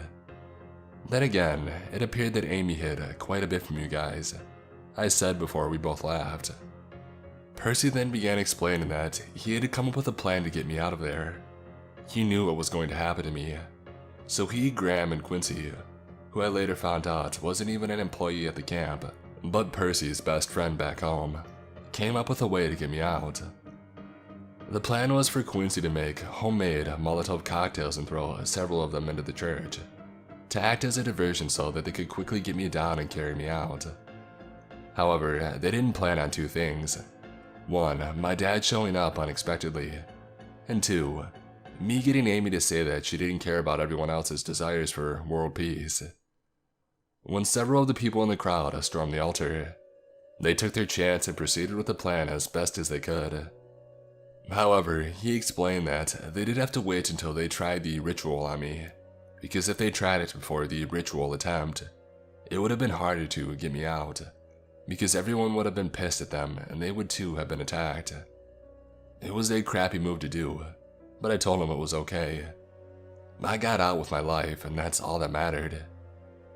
He also explained to me that many of the counselors were beyond pissed off when Amy proclaimed that they would have to wait until they got the ritual right on me before they could all complete their mission. She said that would be the plan and anyone who disagreed with her would have to deal with it. So many of her employees were angered by her actions. The only people who actually sided with her were Julio and Carson. Carson I understood because he didn't want to die, but I wondered why Julio agreed with her. I wonder if they got world peace finally, Percy joked. Well, if their definition of world peace was a fight in a chapel, then they did. Congratulations to them. But still, dude, you really saved yourself when you managed to break Amy. He told me. If it wasn't for that alone, you would have been a goner. I mean, she did it to herself, I said. She gave it away right before that when she said that she didn't care how long it took them to get it right, but as long as I would die as a result of it, it didn't matter to her. And plus, she also killed my dad, which basically was her revenge. The desire could never be satisfied, he said. I'm just thankful you, me, Quincy, and my dad all made it out alive. Your dad? I asked. Oh yeah, you didn't know that either, he said. Graham's my dad. Honestly, I always suspected that it was a possibility. Horace did say an older worker at the camp didn't believe in this stuff, and the worker also had a son who apparently didn't either. After thinking over a little bit, I actually suspected Percy and Graham were related, especially considering how concerned Graham was for Percy's safety when Amy planned to talk to Percy about why he broke into my apartment. I ended up resting for the night, and the next day, Graham gave me the keys to the truck and told me to get out of town. I asked him what he, Percy, Quincy, and B would do, and he said not to worry about them. I didn't know if I could trust him at this point, but I had no other options. Just as I started the car, I asked Graham and Percy why they would work at a summer camp when they knew it was run by a cult. They all looked at each other, and Graham replied, "We're free now. It doesn't matter anymore." I wanted to ask them what that meant, but I decided to just get out of there. I drove off the property and away from the city, promising myself to never return. Once I got out of the city, I ditched the truck and I went into hiding. That's where I am now. I've already changed my appearance and I'm currently in the process of changing my name. I ended up reading in the news that about 20 people died in that chapel, and many others were injured and were arrested. I don't know how the police found out, but they did. A list of people who passed was published as well. I saw Julio, Carson, Raphael, and my dad on the list. One name that I didn't see, though, was Amy. That means she's still alive, and possibly looking for me. Even though I have since escaped and I'm trying to move on with my life, I still have so many unanswered questions about what happened. My biggest question is this: why did my dad let me go? I mean, I just don't get it. Why would he let me go when he knew who was there, and that they were dangerous people? I just can't understand why. But then he came back and tried to sacrifice himself so that I could possibly live. He died trying to save me in a way. Regarding his death, I feel, well, in the middle. I'm devastated that my dad is gone, but I'm still angry at him for letting me walk into a trap that should have had me killed. And I also don't understand my mom. She must have known about my dad's previous life, yet she also let me go. She even said that I've dealt with it before. I don't know what she meant, but my only logical conclusion was that she was referring to when Amy had stabbed me in my childhood. I don't know, and I don't plan on trying to find out soon. Ever since I escaped, I haven't contacted anyone in my family. I can't trust them anymore. My mom must be heartbroken that she practically lost both her husband and son. Maybe one day I'll reach out to her, but right now, I just can't. Another problem was that I don't understand why Carson, disguised as Horace, gave me all of that information, and then let me try to escape. Percy told me that it wasn't a part of the plan, so Carson must have had something else in mind. I don't know what, but if the end goal was for me to get captured, then I guess it doesn't matter now. Also, I did never get the answers to why Graham and Percy would work at the summer camp. All they said was that they were free now. I guess they must have been held captive or something, but they never told me. Even when Percy and I talked just before I left to go into hiding. And lastly, though it isn't that important, what happened to the campers? I didn't see a single kid in the crowd while I was tied up. Honestly, I don't care enough to want to know the answer to that question, but it was just another mystery to this whole saga. I'm so frustrated that I will never get these answers. I haven't spoken to Graham or Percy or anyone involved since I've escaped, and I plan on keeping it that way. I just can't risk it. This happened a while ago, and I've never been able to get full closure on all of this. However, typing it here has really helped me. I will say that I've read the comments you guys have been sending me. First of all, thank you all for your concern for my well-being. I appreciate it greatly. And secondly, for those who said that I was too naive and trustworthy, you're right. I was indeed. But now I'm not. In fact, I can't trust anyone. And that's why I'm hiding alone. All I know is that I will always have a target on my back. Horace himself said that these guys are all around the globe, and they are probably still looking for me as I type this. After all, I practically destroyed one of their bases of operation. A summer camp known as Camp Oakwood.